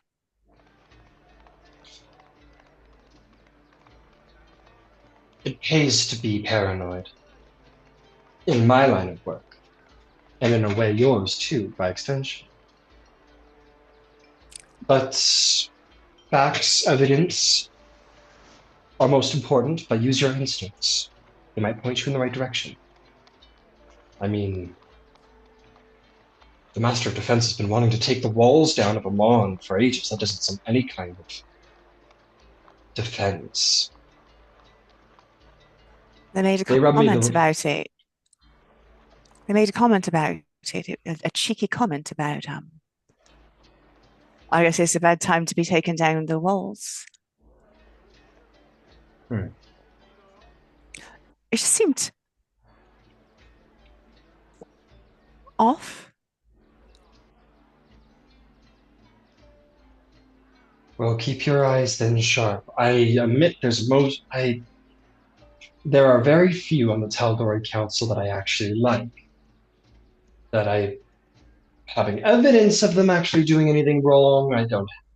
But you will be in a great position to maybe sniff that all out. So, keep an eye on things, listen to your instincts, see if you can find proof to back up whatever instincts you may have. And if you need a little backup, you can always invite a +1 to whatever events may occur. Thank you. I made you just that. Well, you seemed busy, and I have people to report to now. And I should do so rapidly. So thank you for your information. Indeed. Well, she'd gone to find Alistair.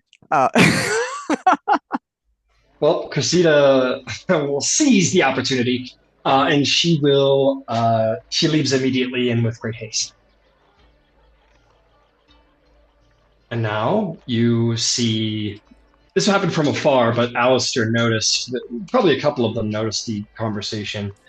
You approach, and there's a hey from a lot of them.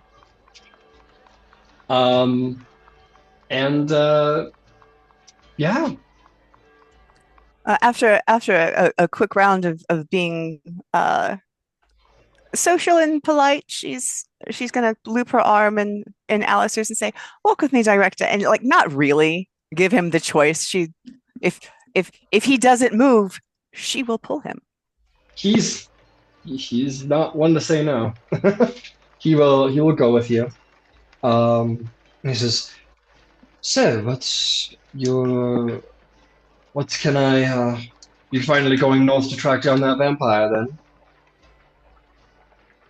So I give him the entire report, including the bit about Shadebarrow. So yes, I am going to find the vampire. But we have a few other things to finish first. I will point out that the association with the Whispered One explains how they disappeared from the Bastille. I've had no luck scrying on them. Suspect you'll have great trouble still.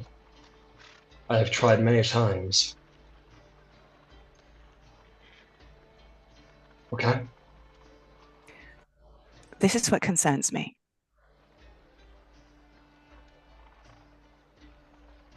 There is a champion with no vestige who can phase through matter. And where something like Shadebearer would destroy any of us, I don't know that she couldn't just phase through, take it, and leave. I admit my knowledge of Shadebearer is limited. I am led to believe that it is inhabited by a great deal of undead. I'm sorry, when I said I would tell him everything about Shadebearer, including the part that it held the damaged and withering seals to the cage for the Prince of Undead and the Prince's vestige. He's going to say, I must admit, Yvaine, it feels unlikely that a vampire would be held up in such a remote place. From my experience, vampires favor cosmopolitan places.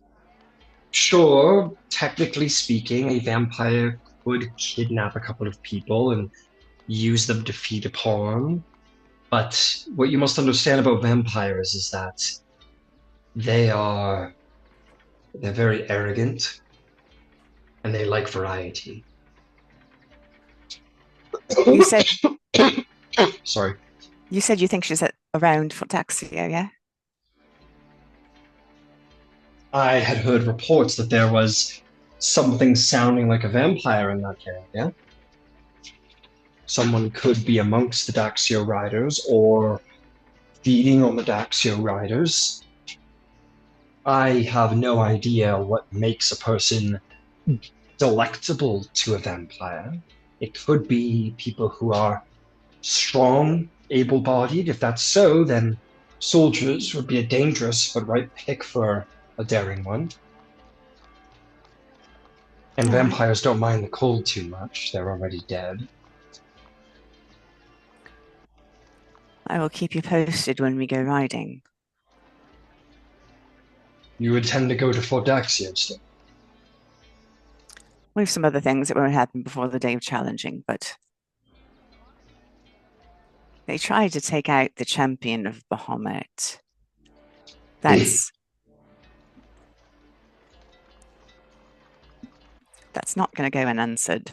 Even if I had nothing to do with it, I can't imagine Finch is going to just be like, all right. They're chill. They're not that chill. I don't know. Finch is pretty chill. Like, super chill. They killed their dragon. I think they take it personally. Well, then I suppose I will start making my way to Fordaxia. Meet you there. I'm going to grab Camilla. Hopefully she will be interested in going to Whitestone with me. I believe the information she has, she works with the priest there. They may be able to maybe not devise a spell to completely repair the seals, but maybe buy us some more time if we need to. Why do you want to... Oh, right. Shadebearer. Because well, that would be bad. Yes, Shadebearer, bad. Why not go down? Why not take on Shadebearer? I mean, you told him about the Bahamut, all that shit too. Told him no? He has been the one person who has known everything about Shadebearer because it is kind of in his purview. Got it. He says then, why not go down? I'm a cleric, so you know that I'm a holy man.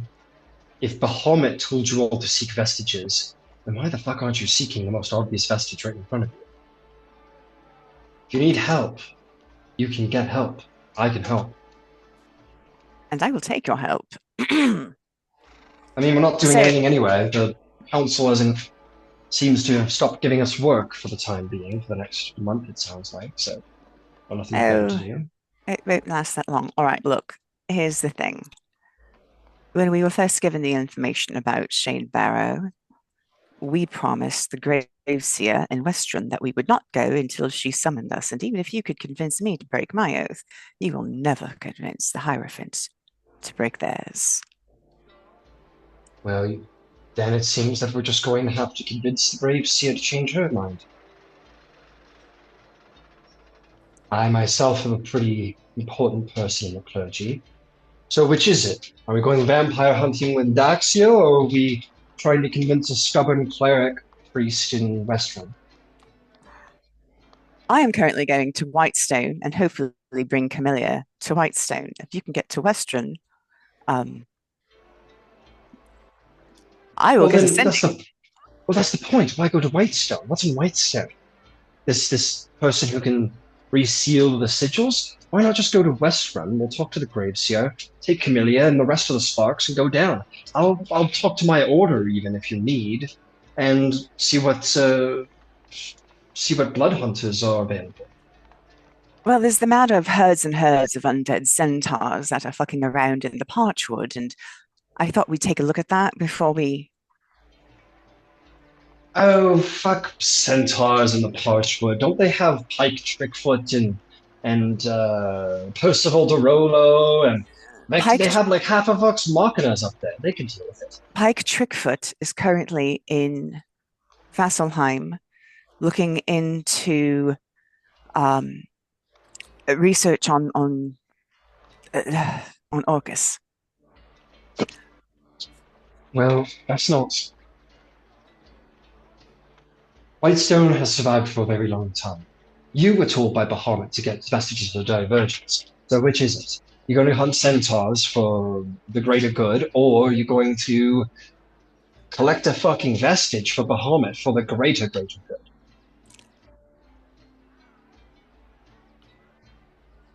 I understand what you're saying. I completely feel the intensity of wanting to move. This is not my decision alone. So the one that I have to convince is Ember, and I'm here to tell you that decision will not be made for the next 5 days. And I am sorry. And Ember will not listen to me. So you need to listen to me so that you can convince him. If Exartukar came there to kill Finch and has not tried to do so in the last couple of days again, that tells me that they wanted to stop Finch from communicating with Bahamut. If that's the case, and Finch has been walking around alive the last couple of days, they probably know by now that they failed.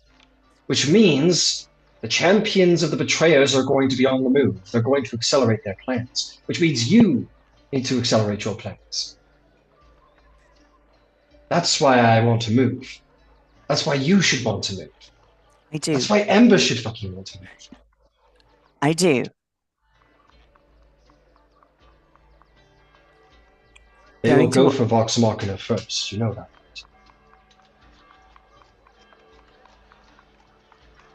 I'm certain of it. Getting to Whitestone is a matter of moments. It's not like I can't go there and be back tonight.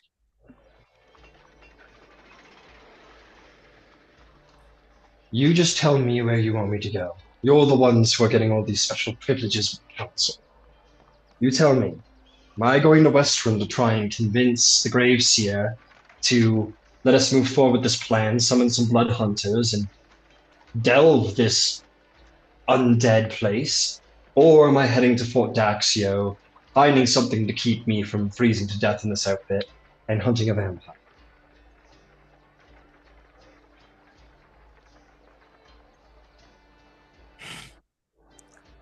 You are going to give me 24 hours so I can cast a spell. 24 hours. Didn't prepare it. You'll know in the morning. Then I will be here until then, and I'll speak to the Sparks. Tell Jaya I should tell you up front, Kiljaya's not going anywhere. It seems that her and Zarvolg have knocked heads together one too many times, and now they're convinced they're going to rally all of Tal'Dorei to save the day. So Kiljaya is going to be busy. Pawsy's, Pawsy, but he'll show up when needed. And if you're taking Camilla, that leaves, well, Cressida's flighty as a bird, so that leaves me, Balthazar, pretty much. Shoku. And Shoku, yes, Shoku's here. Can't forget Shoku. I think you'll find Cressida stays closer to you. Cressida's been very helpful. She's come out on a couple of missions. She's very consumed about staying in Emon. If we try and do something outside of Emon, well, she's counted her out. All right. I can always try and contact Honor. She's out that way. Yeah, actually. She's hella stable in a fight. She's reliable. All right, 24 hours. I'll be here drinking at this bar.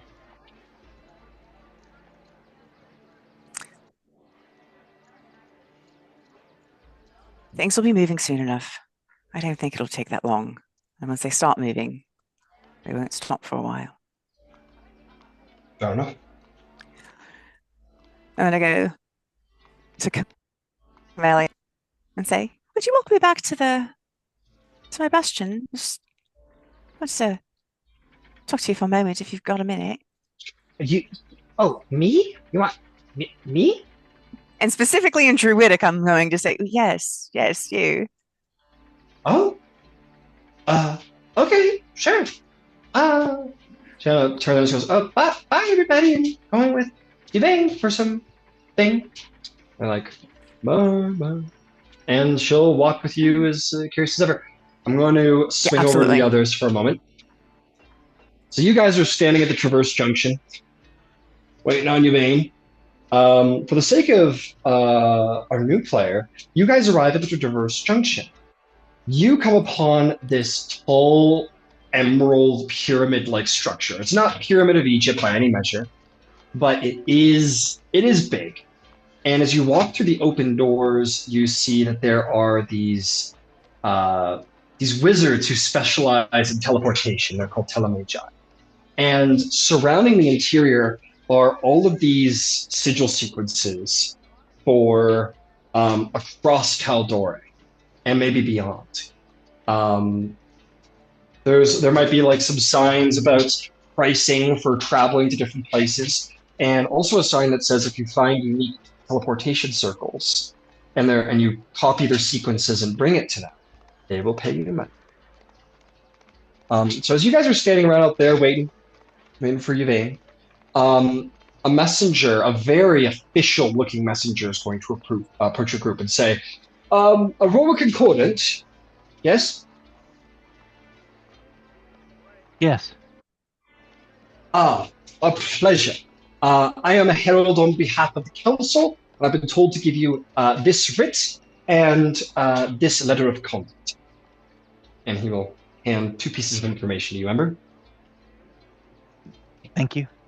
He says, good day. He puts his hand out. I'll flip him a platinum piece. Holy, I mean, thank you. So, most kind. he leaves as fast as he can before maybe you realize what color coin he put in his hand. And you will open them up. The first letter basically says, it's from the coin mistress, and it says, the Tal'Dorei Council convenes, and we believe that this is for the best. Get ready. I know you have a lot that you're excited for, but work begins now. So we'll be in touch. And it is essentially a new contract similar to the one you received earlier about your appearance, but you are now honorary members of the Tal'Dorei Council. They will name, being the most senior members, Ember, Finch, and Yvaine as the sort of official representatives of the Aurora Concordant, and any such individuals that you three would claim to be members of the Aurora Concordant may make their signature here, and also be given similar council powers. It also tells you your rights. They're the same rights as the original one, payments and access and so on and so forth, but it also allows you to attend official council meetings as like official counselors. You're honorary counselors, but that does mean that you do sit in with the true Tal'Dorei Council, not just the delegates of the other settlements, but the true Tal'Dorei Council. So, congratulations, welcome to the Tal'Dorei Council. Wahoo! You just became one of the 10 to 15 most important people in the city.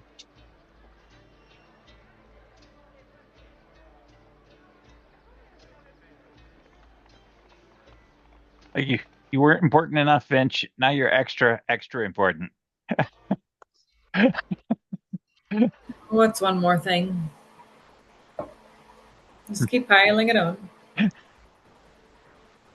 Guys, this is the first title I've ever had in my entire life. Yeah, this technically makes you governors of Tal'Dorei.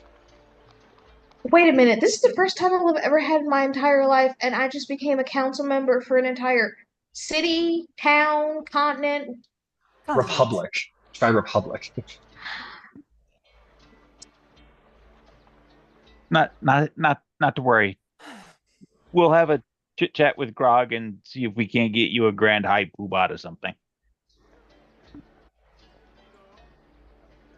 I'm actually. Or if we ever run not across having Scanlan, I'm pretty certain that we can arrange for something. Feel his hand. Oh, goodness. Guys.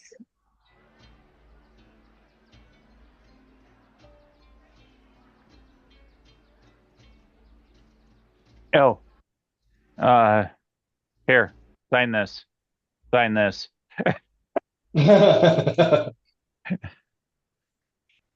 Also, interesting note, Kiro's signature, it literally just looks like it's not like it's illegible, it is just clear she does not sign her name on things often. It's messy.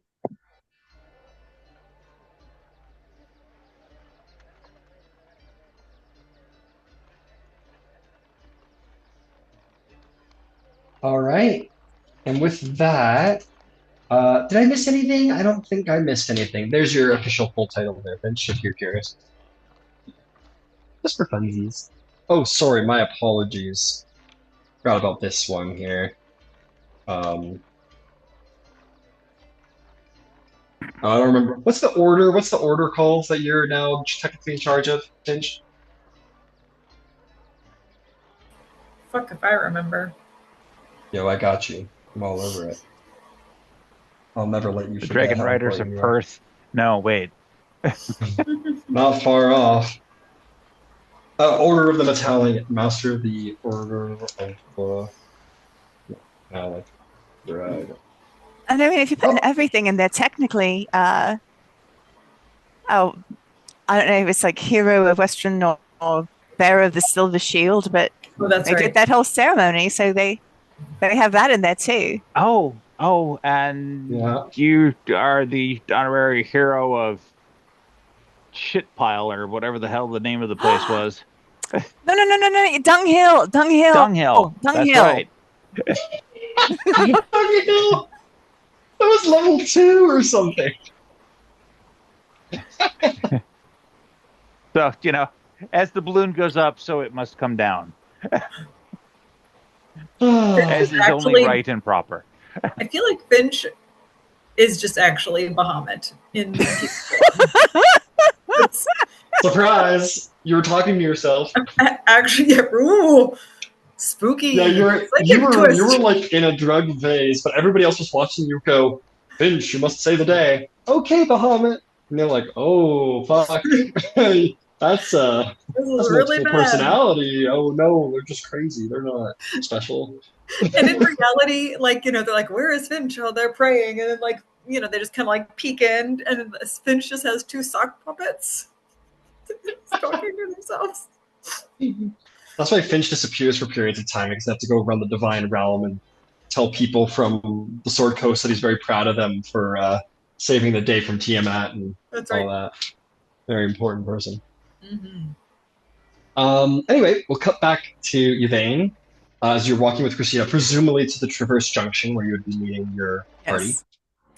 So she's walking with you. She goes, how are you? How have you been? I've been wonderful. How have you been? Oh, I've been okay. I've just been, hanging out with the Sparks of Emon, and we're doing good things and making money. I don't really know what to do with it all, but I'm just doing my best. There is a priest of the Dawnfather in Whitestone. I would very much like to speak to you. If you'd like to join us for a few days. Oh, I sure. I'll have to check with Alistair, but if they're not too busy. Oh, he knows. I mean, let's put it this way, who knows I'm going to ask you to join us. So if you didn't go back, he would know exactly where you are if you seriously. Or if you wanted to come another day, that is fine also. Okay. He was just... maybe a persuasion check. For all this. 14. 14. She goes, okay, sure. Well, you said Whitestone? Where's Whitestone? What's Whitestone? What's that? Oh, it's and like the entire time they're walking. Oh, it's a city. We're gonna go over there, and then we're gonna magically travel, and then we'll magically travel back. Oh, okay, sure. We'll go to this large stone of white and see what it's. Yeah. And there's okay. The most amazing tree there. Oh, I like trees. It's true.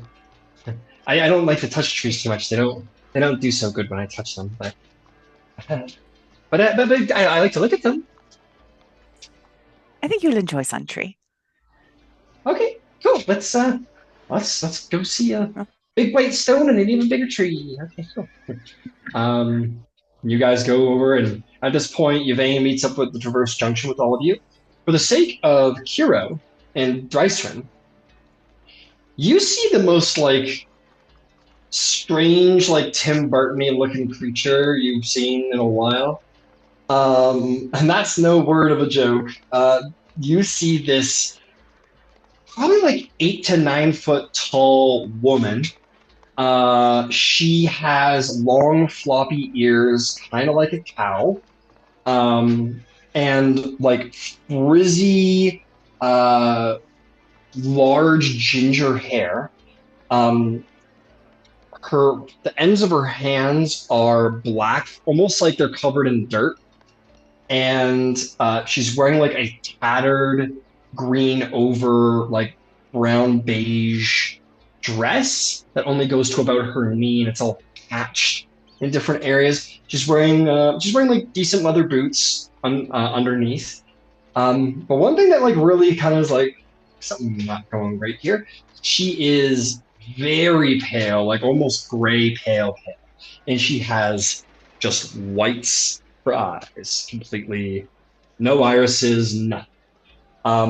She has a large staff as well that is wound around with what looks to be pieces of leather, and also has these really pallid, pale roses growing off of the top of it as it arcs around. She's a really kind of strange, hedge witch kind of looking giant cow woman. It's a lot to take in. And Kiro, you may think you have found someone who have one-upped everything you see. So, It's an ongoing trend at this point. that is very true. And she approaches very sheepishly, despite her great size. She goes, hello, Finch and Ember. I remember you two. Some new people. Miss Beverly, or you are you? I don't know if you're a knight yet. What do they call knights? She goes, I'm not a knight yet, but it's good to see you. Goes, hi, and who are you two? Oh, that's Kiro. Oh, hello, Hero. And Drysrinn. Drysrinn. Hello. Hi. I heard we're going to a Whitestone. Cool. All right. Oh yeah, we're gonna go see a Dawnfather priest. Okay. Yeah, a big tree. Okay. Cool. I'm talking too much now. Cool. I'm ready to go.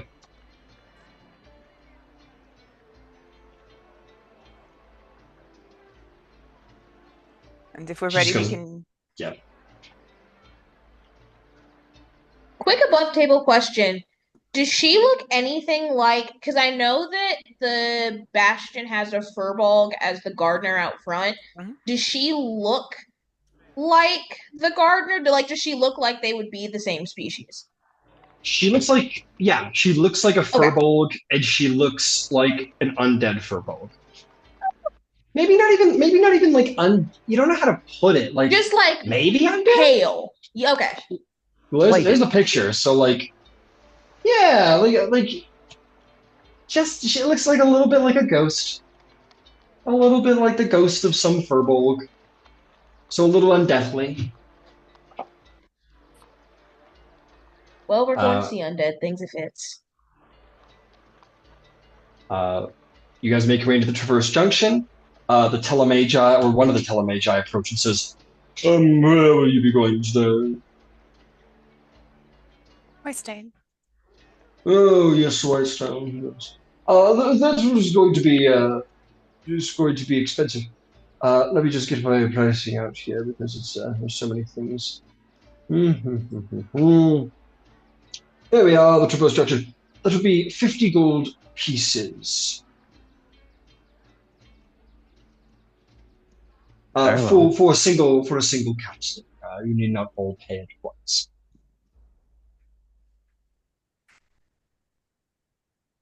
I got it. Very excellent. Very well. Then we will begin sketching it out. For just a moment. He goes through a number of pages in his pocket. He pulls one out and opens it and goes, all right, very well. And he scrolls it back up. He pulls out a piece of chalk and he walks to like the central plinth and he begins to find some nothing. And after about 50 seconds, he stands back up and says, all right, I am about to make the final stroke. When I do, Tal'Dorei magic will appear. Run through as fast as you can. All right, ready? There we go. He makes a last mark. The whole thing begins to glow, and then this column of green energy appears. Go, go, go, soldier, go! You guys all jump through. Melisarus, everybody all jumps through. And I wish they tell you where exactly you end up, but I'm just going to say, just as last time, you guys end up outside of the Sanctuary of the Everlight in Whitestone. So let's go over that. You all appear through the portal. And Drysrinn, first time in Whitestone. Very cool. Maybe you have a potentially similar reaction to Camilla, who goes, well, actually, no, not at all, probably. Camilla goes, oh no, we ended up in the wrong place. This is a city, not a Whitestone. But you look around and you see this exact vista. You see a beautiful, lovely city. Little smokestacks coming out of various chimneys, little white streams of smoke, and beyond a sort of Gothic castle that lays at the higher point to the northern of the village. And looming over all of it, 3 times larger than the tallest building in town, is a magnificent, ancient, almost seeming to glow a little bit tree. Big and beautiful is it, right in the center of town. You have made it once back to Whitestone. That is the sun tree. Wow, that's a very big. That's maybe the biggest tree I think I've ever seen.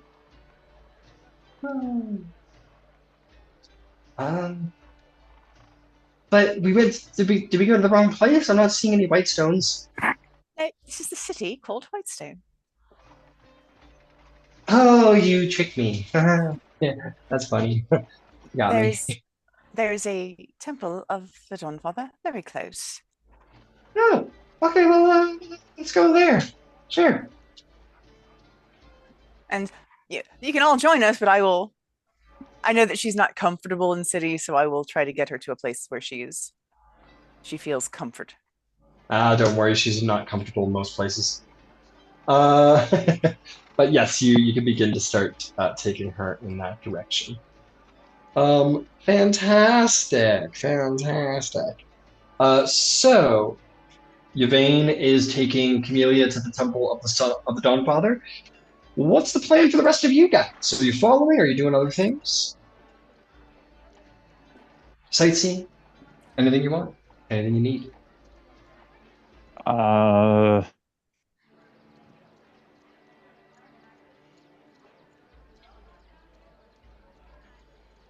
You said that you fought with some folks from here, Hero? When you were fighting the undead centaurs? Not they were, but they worked up at the castle. I think Lady Vixalia was the one that hired them. Well, let's talk with the town guard and see if there's been any shenanigans south of here. With any of the hunters or foresters or somebody like that. If you're looking to know what happens outside the walls, we could go talk to the Pale Guard. It is kind of their job to know what happens in the woods. Then let's go talk with them then. That will give us direction, at least. Yeah. While Yvaine gets Camilla squared away, we'll at least have a plan of attack. Okay. Yes. So then Kiro, I mean, I don't know how well she knows town, but to the best of her knowledge, she knows that there are at least guard posts that are on either side of Galdrick's Gate, kind of right before you leave town. So because I don't know if she would know any other places where there would for sure be Pale Guards, if not there. Pale Guard, they're the guards. You'll find Pale Guards like walking down the streets, guarding doors. You'll definitely find them up at the castle. They're everywhere. You could say you see one walking down the street right now. Okay. Yeah. Whatever you please. Excuse me. Oh, yes, citizen. Yes. Is there somewhere we could go? We saw some weird things happening in the woods a few days ago, and we wanted to tell someone about it. We just didn't know where to go to tell them. I see. I'm sorry. Did you say undead centaurs? No, we saw weird things. I just said weird things going on in the woods. Oh, weird. Yes. Sorry, my brain did a thing. I was like, wait, I don't just want to drop that on that's the undead centaurs. Sorry, my mother says I have the gift. I don't know. So I don't know where that came from. That's weird. You want to report trouble in town? You can report it to me, citizen. I will be more than happy to pass it along to the guard of the captain. I mean, we went into the woods a couple days ago, and I mean, me and a friend were just hunting for any of the game that manages to survive in the woods, and we came across, or I should say, what came across us was a herd of centaurs, but they were all skeletons. So you were poaching? No, we were. I'm just kidding. We hunting. don't. Yeah, Okay. I'm just kidding. We don't do touch. I was like, wait. I was like, I didn't know I needed a permit. Wait. No, it's fine. I'm just pointing. I'm the funniest guard in town. Pardon me, Drysrinn. Yes, pleasure. And it will be the writ from the Tal'Dorei Council. Holy fuck. I mean, he gets back. He starts bowing to all of you. He goes, the councilman.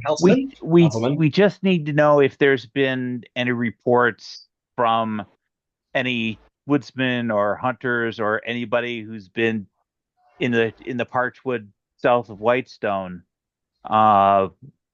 with anybody who's missing, anybody who's seen the strange or unusual, where we have a suspicion based on the hunting experience that my friend Kiro was telling you about, that there was a need to remedy a situation, and we're the cure. Yes, Councilman, sir. Yes, there has been reports of some trouble. I'm more than happy to give you such reports if that is your wish. Absolutely. Why don't we go to your headquarters? You can lay out some map stuff so we have an idea of where we're going, and we can make a plan accordingly. So yes, sir. And he'll right this way, Councilman, sir. And he will start taking you down the street to one of the guard barracks that are probably built into the wall of the city, in which you will meet up with, we'll say, one of the guard captains. Ember, is everyone that we meet gonna be like this now? Only when it's necessary to move things along. You don't. So yes. Yes. Only when you flash your badge of "I'm the leader of this country." I saw where you were going. I didn't want to necessarily step on your toes, but we needed to get to resolution while Yvaine's getting Camilla squared. I get it. No, I get it. You're right. I'm just not used to having weight to throw around. It's better than not.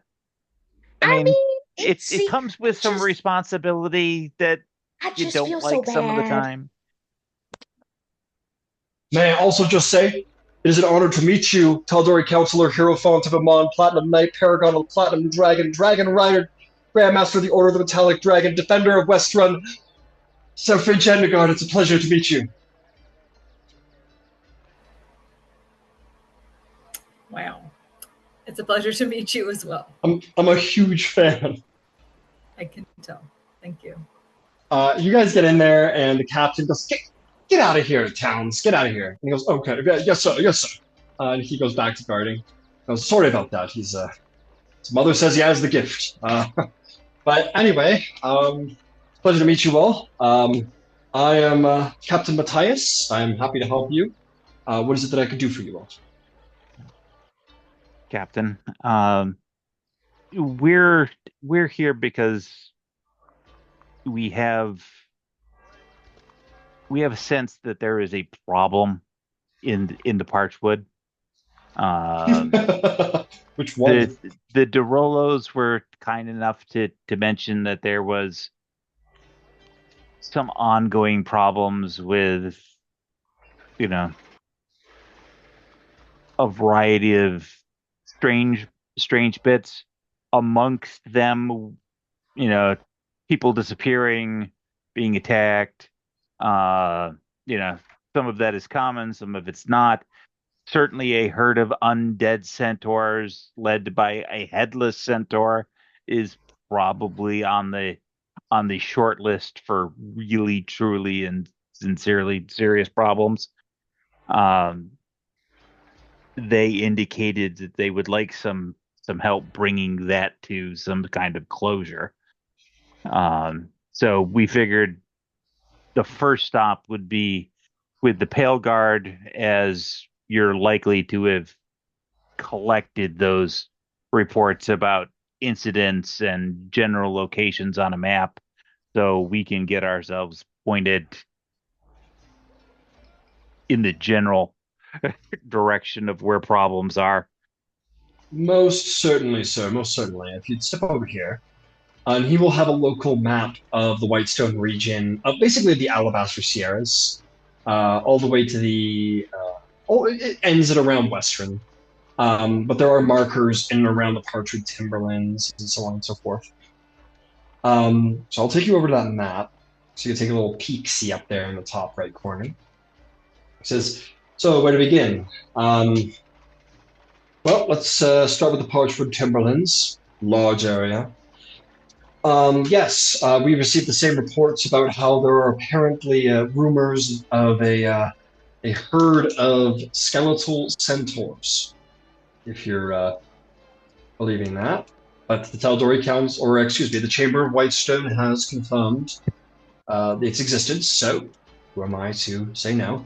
Where they are based, no one knows, but I am told that there is a headless one who seems to always be around when things are worse. So, take that for what you will. Parchwood Timberlands is a very large area, and centaurs like to roam. So, unfortunately, I can't point you in any which direction. Now, with that said, I'm going to skip over to another matter that I would very much appreciate you looking into if you cared to. A little while back, a hunter and warrior of the Stormlord came through Whitestone. He went by the name of Asher. He was a half-orc forester. And he went into the wood, doing the Stormlord thing. They were going to meet challenges, defeat challenges, help the land, so on and so forth. He had heard his story of something was of he meant to hunt. I think he said it was what was the word that he used? I don't remember, but essentially he said it was a white bear with red eyes, a miraculous hunt that he intended to make good on. So he was hunting a bear, but he heard of the centaur issues and went in to go clean that up as well. He's been gone for quite a while now, and if you'd be so kind, I would appreciate you keeping an eye out for him. He said he was going to be traveling down the Morin River, but may have diverged from there. So, just as a hint and a lead. What else? What else? As long as we're talking about the Morin River, I do have a. Let's see. What time are you?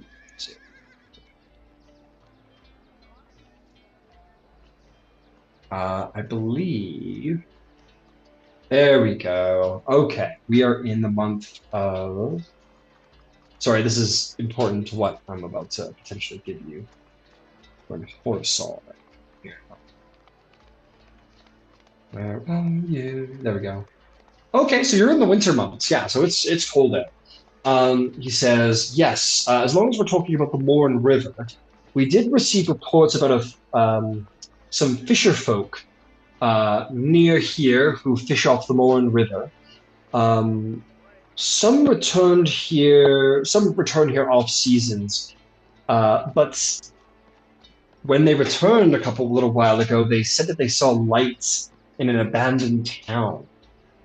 There's some rumors that are being spread around that there are evil mages that are traveling around there, but if you could get to the bottom of that rumor, that would be much appreciated as well.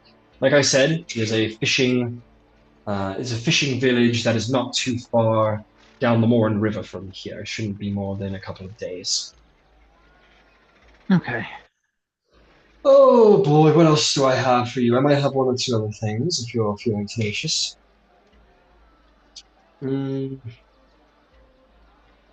Oh, there's rumors about something about thunder through the valley.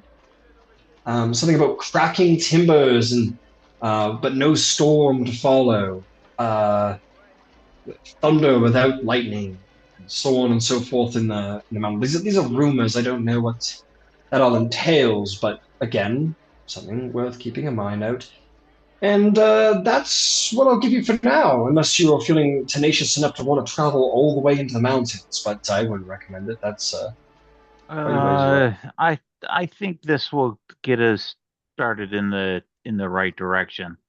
Looks by the looks at the map, the Morin is central to a number of those and is kind of in the center part of the Parchwood. So if the centaurs are going to be roaming, they may have to cross through that space anyway.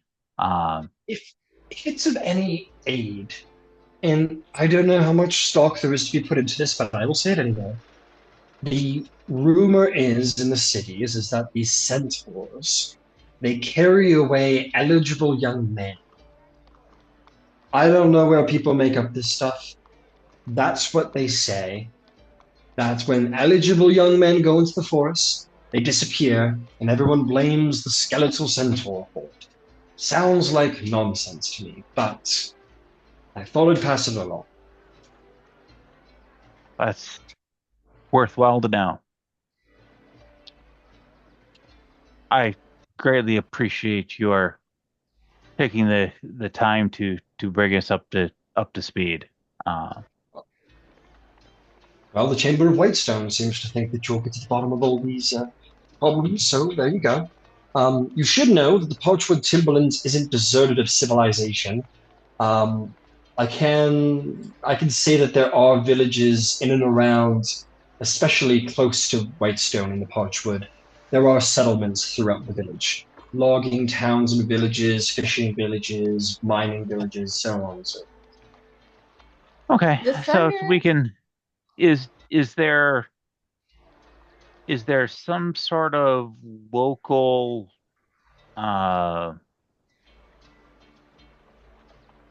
local writ or symbol that we can carry to help facilitate talking with them? Because I would imagine as we get to these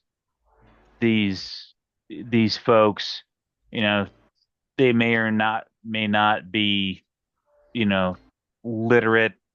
So something that would say, okay, these people are official and they're, looking to solve our problems, sort of thing. Yes. Absolutely. Let's see here. He goes into a desk and he is going to put across the table to you, Ember, what looks to be one of the badges of the Pale Guard. He says, "Consider yourselves deputized." So here, if they just flash this to whoever, they'll know that you come on behalf of the Chamber of Whitestone. And Ember will reach out, pick it off the table, and try not to smirk as he just turns behind and to the side of him, handing it to Finch. Deputy of the Pale Guard, Finch?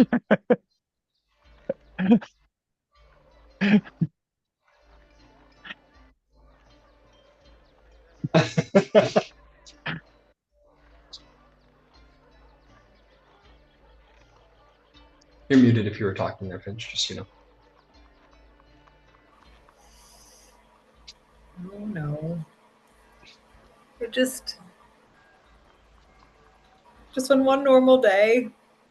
That's all. Zambar's on his phone, scrolling through TikTok. Because this just in, Finch Endegard is now a deputy of the Pale Guard on top of everything. Oh. He's like, ah! They didn't even say yes. They're just giving me titles, they're handing them out. This is just ridiculous. If you were a gnome in Eberron, they would be you'd be pretty popular. More titles you got, the better. Amazing.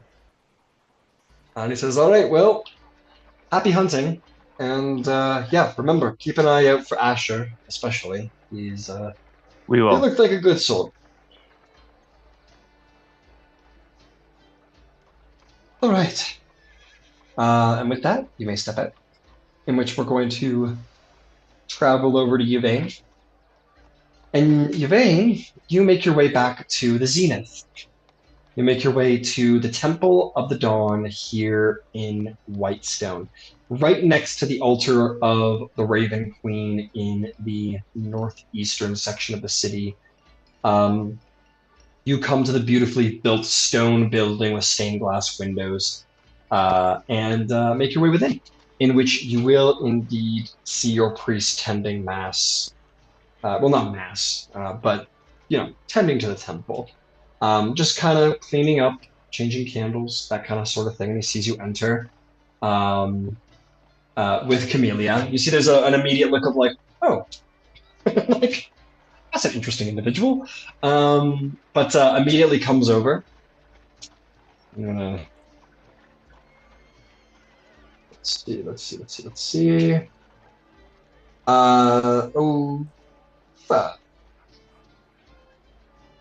There we go. Father Reno approaches and he says, Miss Starborn, and I believe you said this was Miss Springshower? Yes, she's of the Dawn Circle Druids. Truly. Well, you're most welcome here. Camilla is like looking around the cathedral. She probably doesn't spend a lot of time in stone temples to the Dawn Father. She looks a little emotional being in here. So it's a bit of a religious experience for her. Yeah. Yvaine is actually going to step back and say, Father, if you'd be so kind as to show one of the devout temple. Yes, of course. Miss Springwater, Springshower, excuse me. Just sorry. Hello. My name is Camilla Springshower. He goes, oh yes, I've been told much about you. Welcome to the Zenith. And he'll take her around and he'll show her these like beautiful 10-foot tall stainless glass windows that just shine. Any light that comes in almost like a pure warm sunlight no matter what.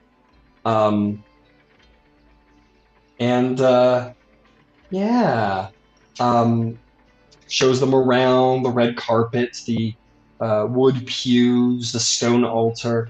And eventually sits her down on the pew, kind of sits next to her very casually. You're, of course, there.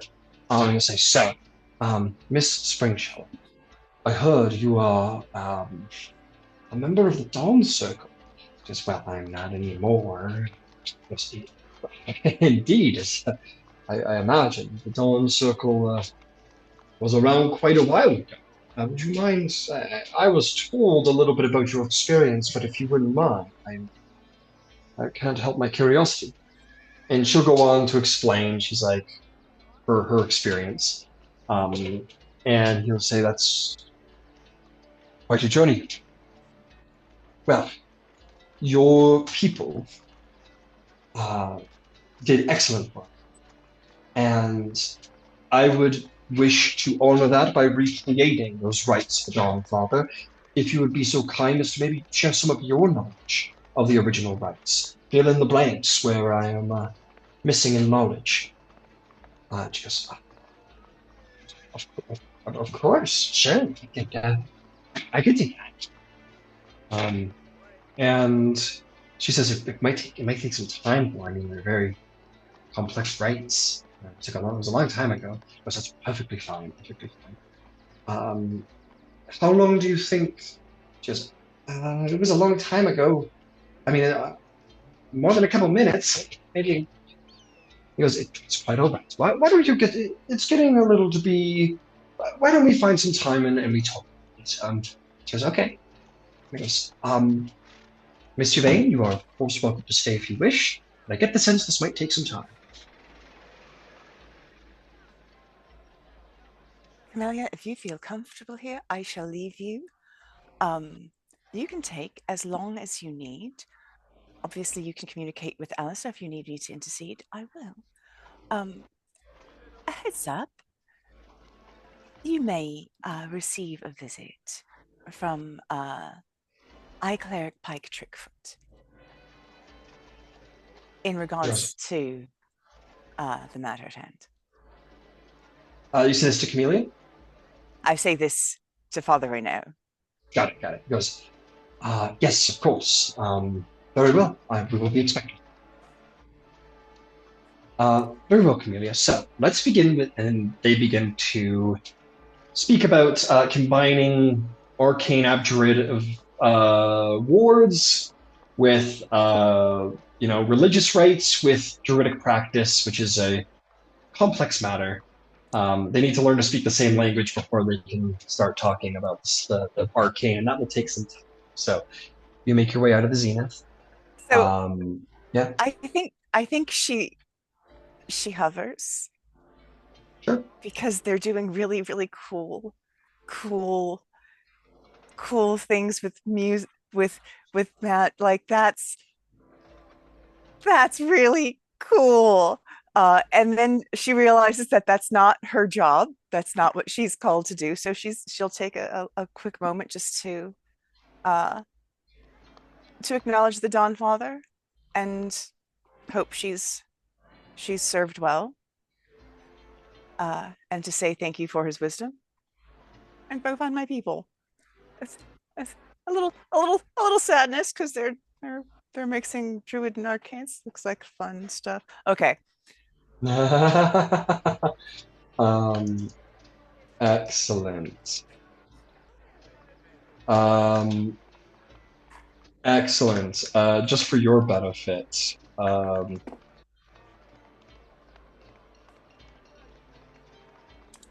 sorry.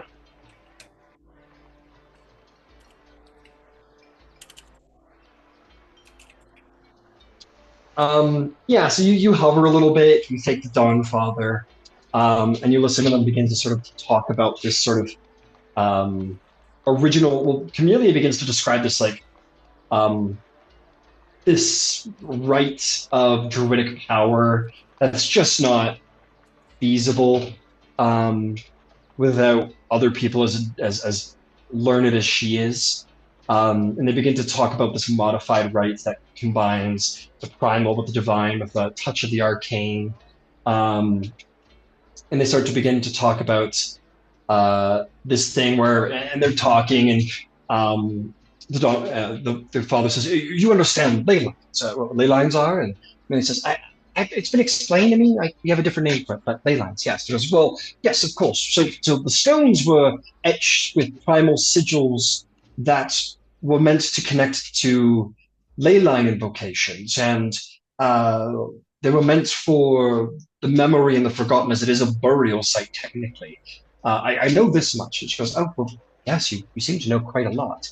And he goes, "But I admit I don't know much about the living sacraments that were involved." She goes, "Oh, well, there was a grove of sentient trees that we called the Verdant Witnesses, and they sacrificed their awakenings to magically bind both in memory and in and they begin to sort of continue on and on. And it is a very interesting rite where you're like, you had sentient trees that were like forming this like druid like pentagram symbol. And she's supposed to talk about there's like, she says there was and the soil blood bond was very important. Goes, "Oh, I never heard of soil blood bond." She goes, "Well, it was a very long time ago. It doesn't surprise me that it's there's no trace of it anymore. But the druids, we would have to offer our blood to bind the land because blood is a symbol of living." He goes, "But that your circle was involved in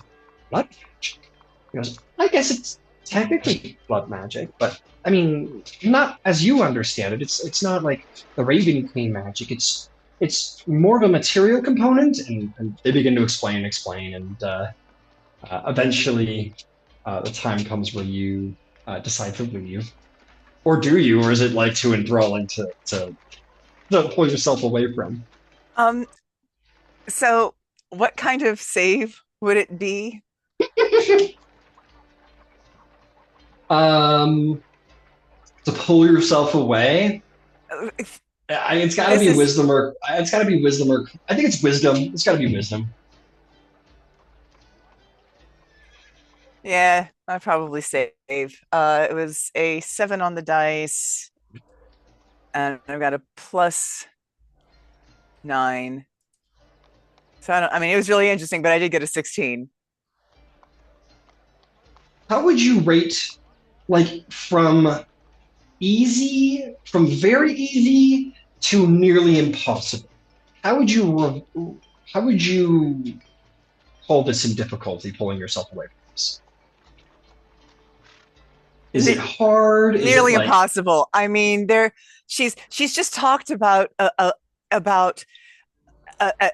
ancient circle of druids using hemocraft, which I'd never even heard of for druid, but it makes perfect sense, right? Like, I mean, no, it's yeah. Sorry, y'all. Sorry.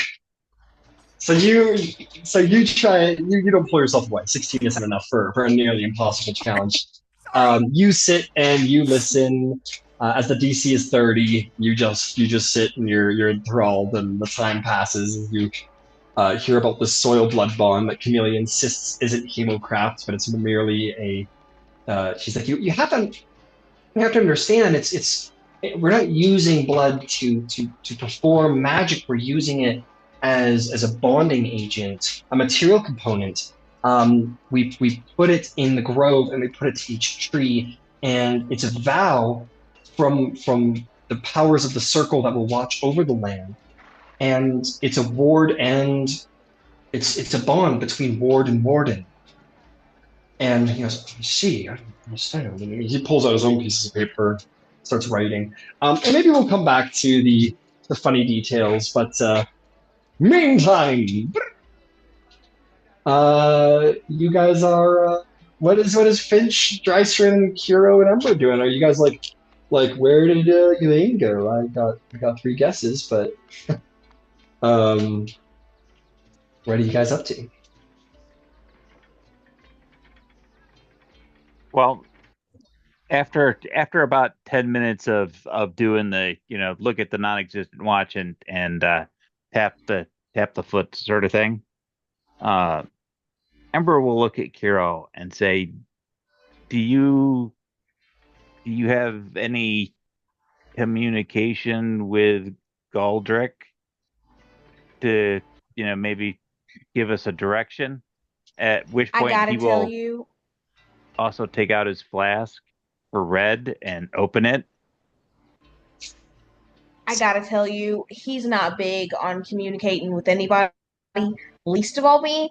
It was more Zarvolg was hunting for an elk for 4 hours, and then Galdrick just kind of appeared out of nowhere. I get the sense he doesn't want to be found. He'll find me if I just sit in the woods long enough. Or us. Beverly says, Have you tried howling? The really big tree? I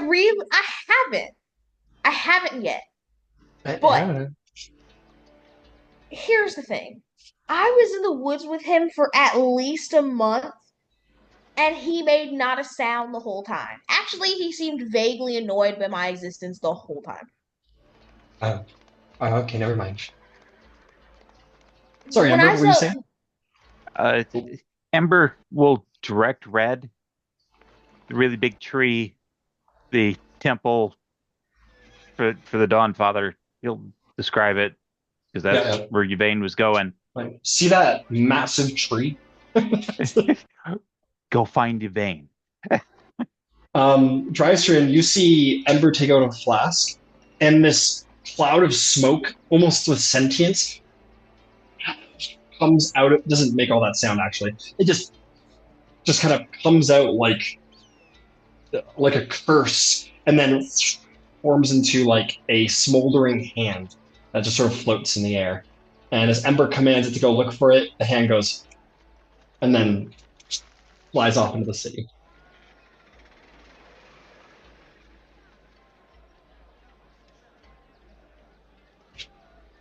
Okay. Why don't you roll me I'm not going to say perception because I believe your hand has blind sight, which does have a range. Does. So why don't we call this an investigation check for for your hand to see if it can find Yvaine. Not a high DC. That's kind of the opening. Oh God. Clue. I'm gonna bend my own Okay. to give Brett a reroll. There we go. That was well spent. That's a 16. The hand, red flies all the way to the big tree. Do you tell it that Yvaine went to the Temple of the Dawnfather, and that's kind of where? Okay, it goes up to the tree. It looks around. It sees this big building with stained glass windows depicting the sun, and it goes kind of like, and flies down there, turns into mist, seeps through the interior door, like going under the pews. And then Yvaine, as you're sitting there, and you hear them say, it goes, well, okay, so that clearly is entirely possible. It would be helpful if we had a druidic circle that could. We'll need someone to be bound, but we'll talk about that later. Where it gets interesting and difficult is that you spoke of this chant of mourning.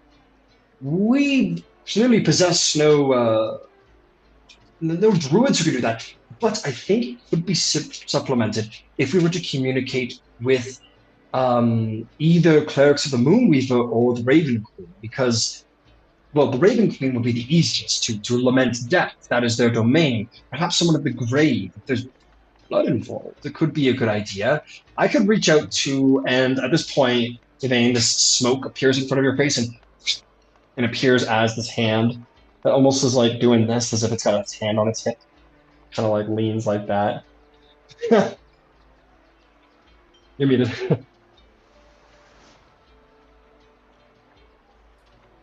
Shit. Actually, we know one of those priests of the Raven Queen. Anyway, sorry, she'll just pop out. Oh, okay, well, bye. And by the way, as you leave, Camilla she seems more comfortable here in this cathedral than she has the extent of you knowing her. So that's nice. Okay, good. Yeah, I didn't just want to like foist her off. I wanted to make sure, but also the conversation was stimulating. And Yvaine will babble to Red the entire time as her brain is just going. As you guys see Yvaine get back after like maybe 20 minutes, the hand just kind of like floats like this as if it's tired, and then it just like lands on the ground at your feet, Umber, as if it's exhausted from. As you see Yvaine going, oh, and then it was like crazy. They're talking about this beer, right? The hand just falls at your feet as if exhausted from conversation.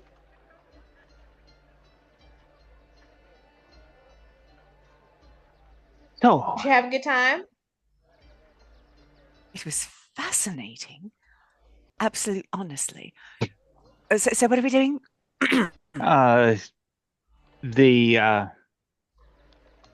Pale Guard were kind enough to deputize Finch, and we're going to be heading down the river.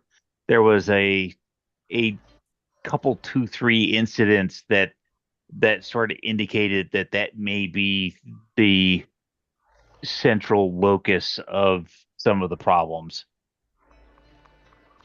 So we'll come out of here. It's kind of south and a little bit east from here to the river, and then we'll pick it up and go that way. We're looking for there's a half-orc hunter, dedicated to the Stormlord, who went out to troubleshoot and hasn't been seen. There was a haunted town. There's a haunted town, in theory. There's some fisher folk who have seen, strange lights and other nonsense. Obviously, the Thunder in the Valley is an ongoing deal, as are the Centaurs. Though the Centaurs are supposedly abducting eligible young men. maybe yes, maybe no. Hmm. But the Morin River seemed to be the central locus. It's located kind of dab smack in the middle of the Parchwood, according to the captain's map. So that seemed like the the likely spot to branch out to wherever there's going to be problems. And with a official deputy's badge, we should be able to, talk to any of the villagers to get additional, local tidbits and directions. That's the best I could come up with. I'm no Zarvolg, but that's as good as I can do. All right. Well, You're in charge of the Wilderness Brigade. yeah, I sort of figured. I mean, So, I might be able to help you a little bit just because it won't be my first time in these woods, but don't expect me to know north from south or no, east from west for that matter. Do we want to hire a tracker who specifically knows these woods? It wouldn't be the worst thing in the world.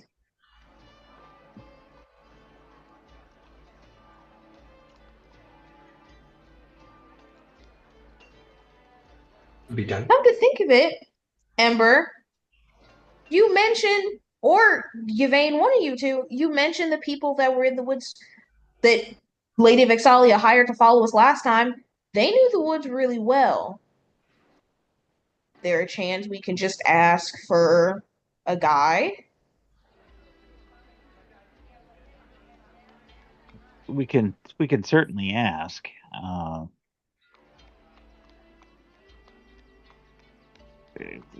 Let me ask the flip side question.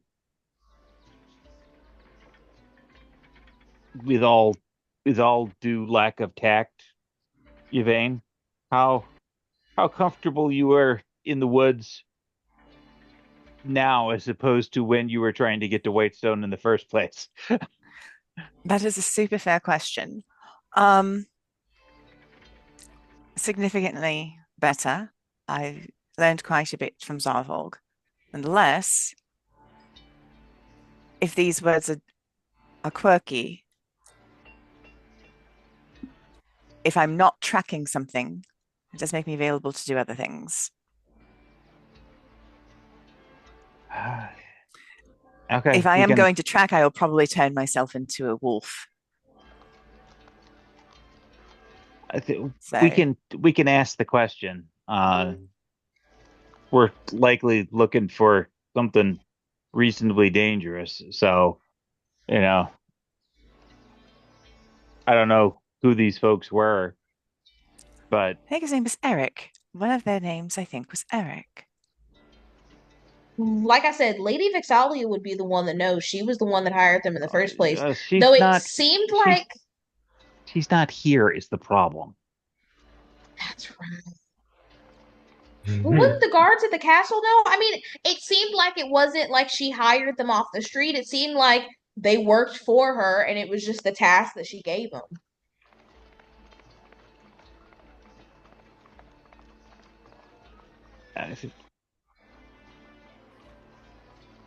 It's up to you, Ember. If you just want to get going, I will do my best. I would not. I'm hesitant about putting other folks at risk. I mean, we know what the deal is and have accepted it. I'm hesitant about putting other people under that particular gun, as we tend to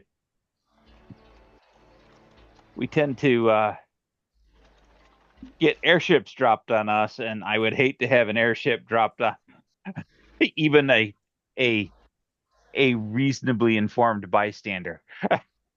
How did they handle themselves in the last skirmish you had? They handled themselves, well, they started off handling themselves better than we did. They seemed like they knew what they were doing, and it wasn't the first time they had seen these centaurs. And if they're anything like I think they are, they're in those woods more than most pale guards are. And if Lady Vexalia is as worried as she is, chances are they know more than we do. Certainly, we can run to the castle. There's going to be an administrator somewhere who will be able to direct us to the right person. Maybe the younger Lady de Rollo, if her mother and father are otherwise indisposed, may have she seemed like a deliberative individual about get the job done. So perhaps we'll just head that way.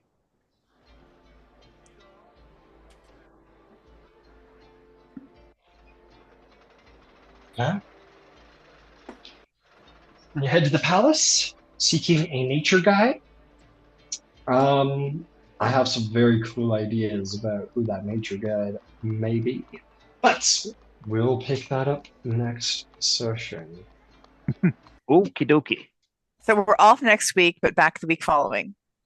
Yes, I will be on a drive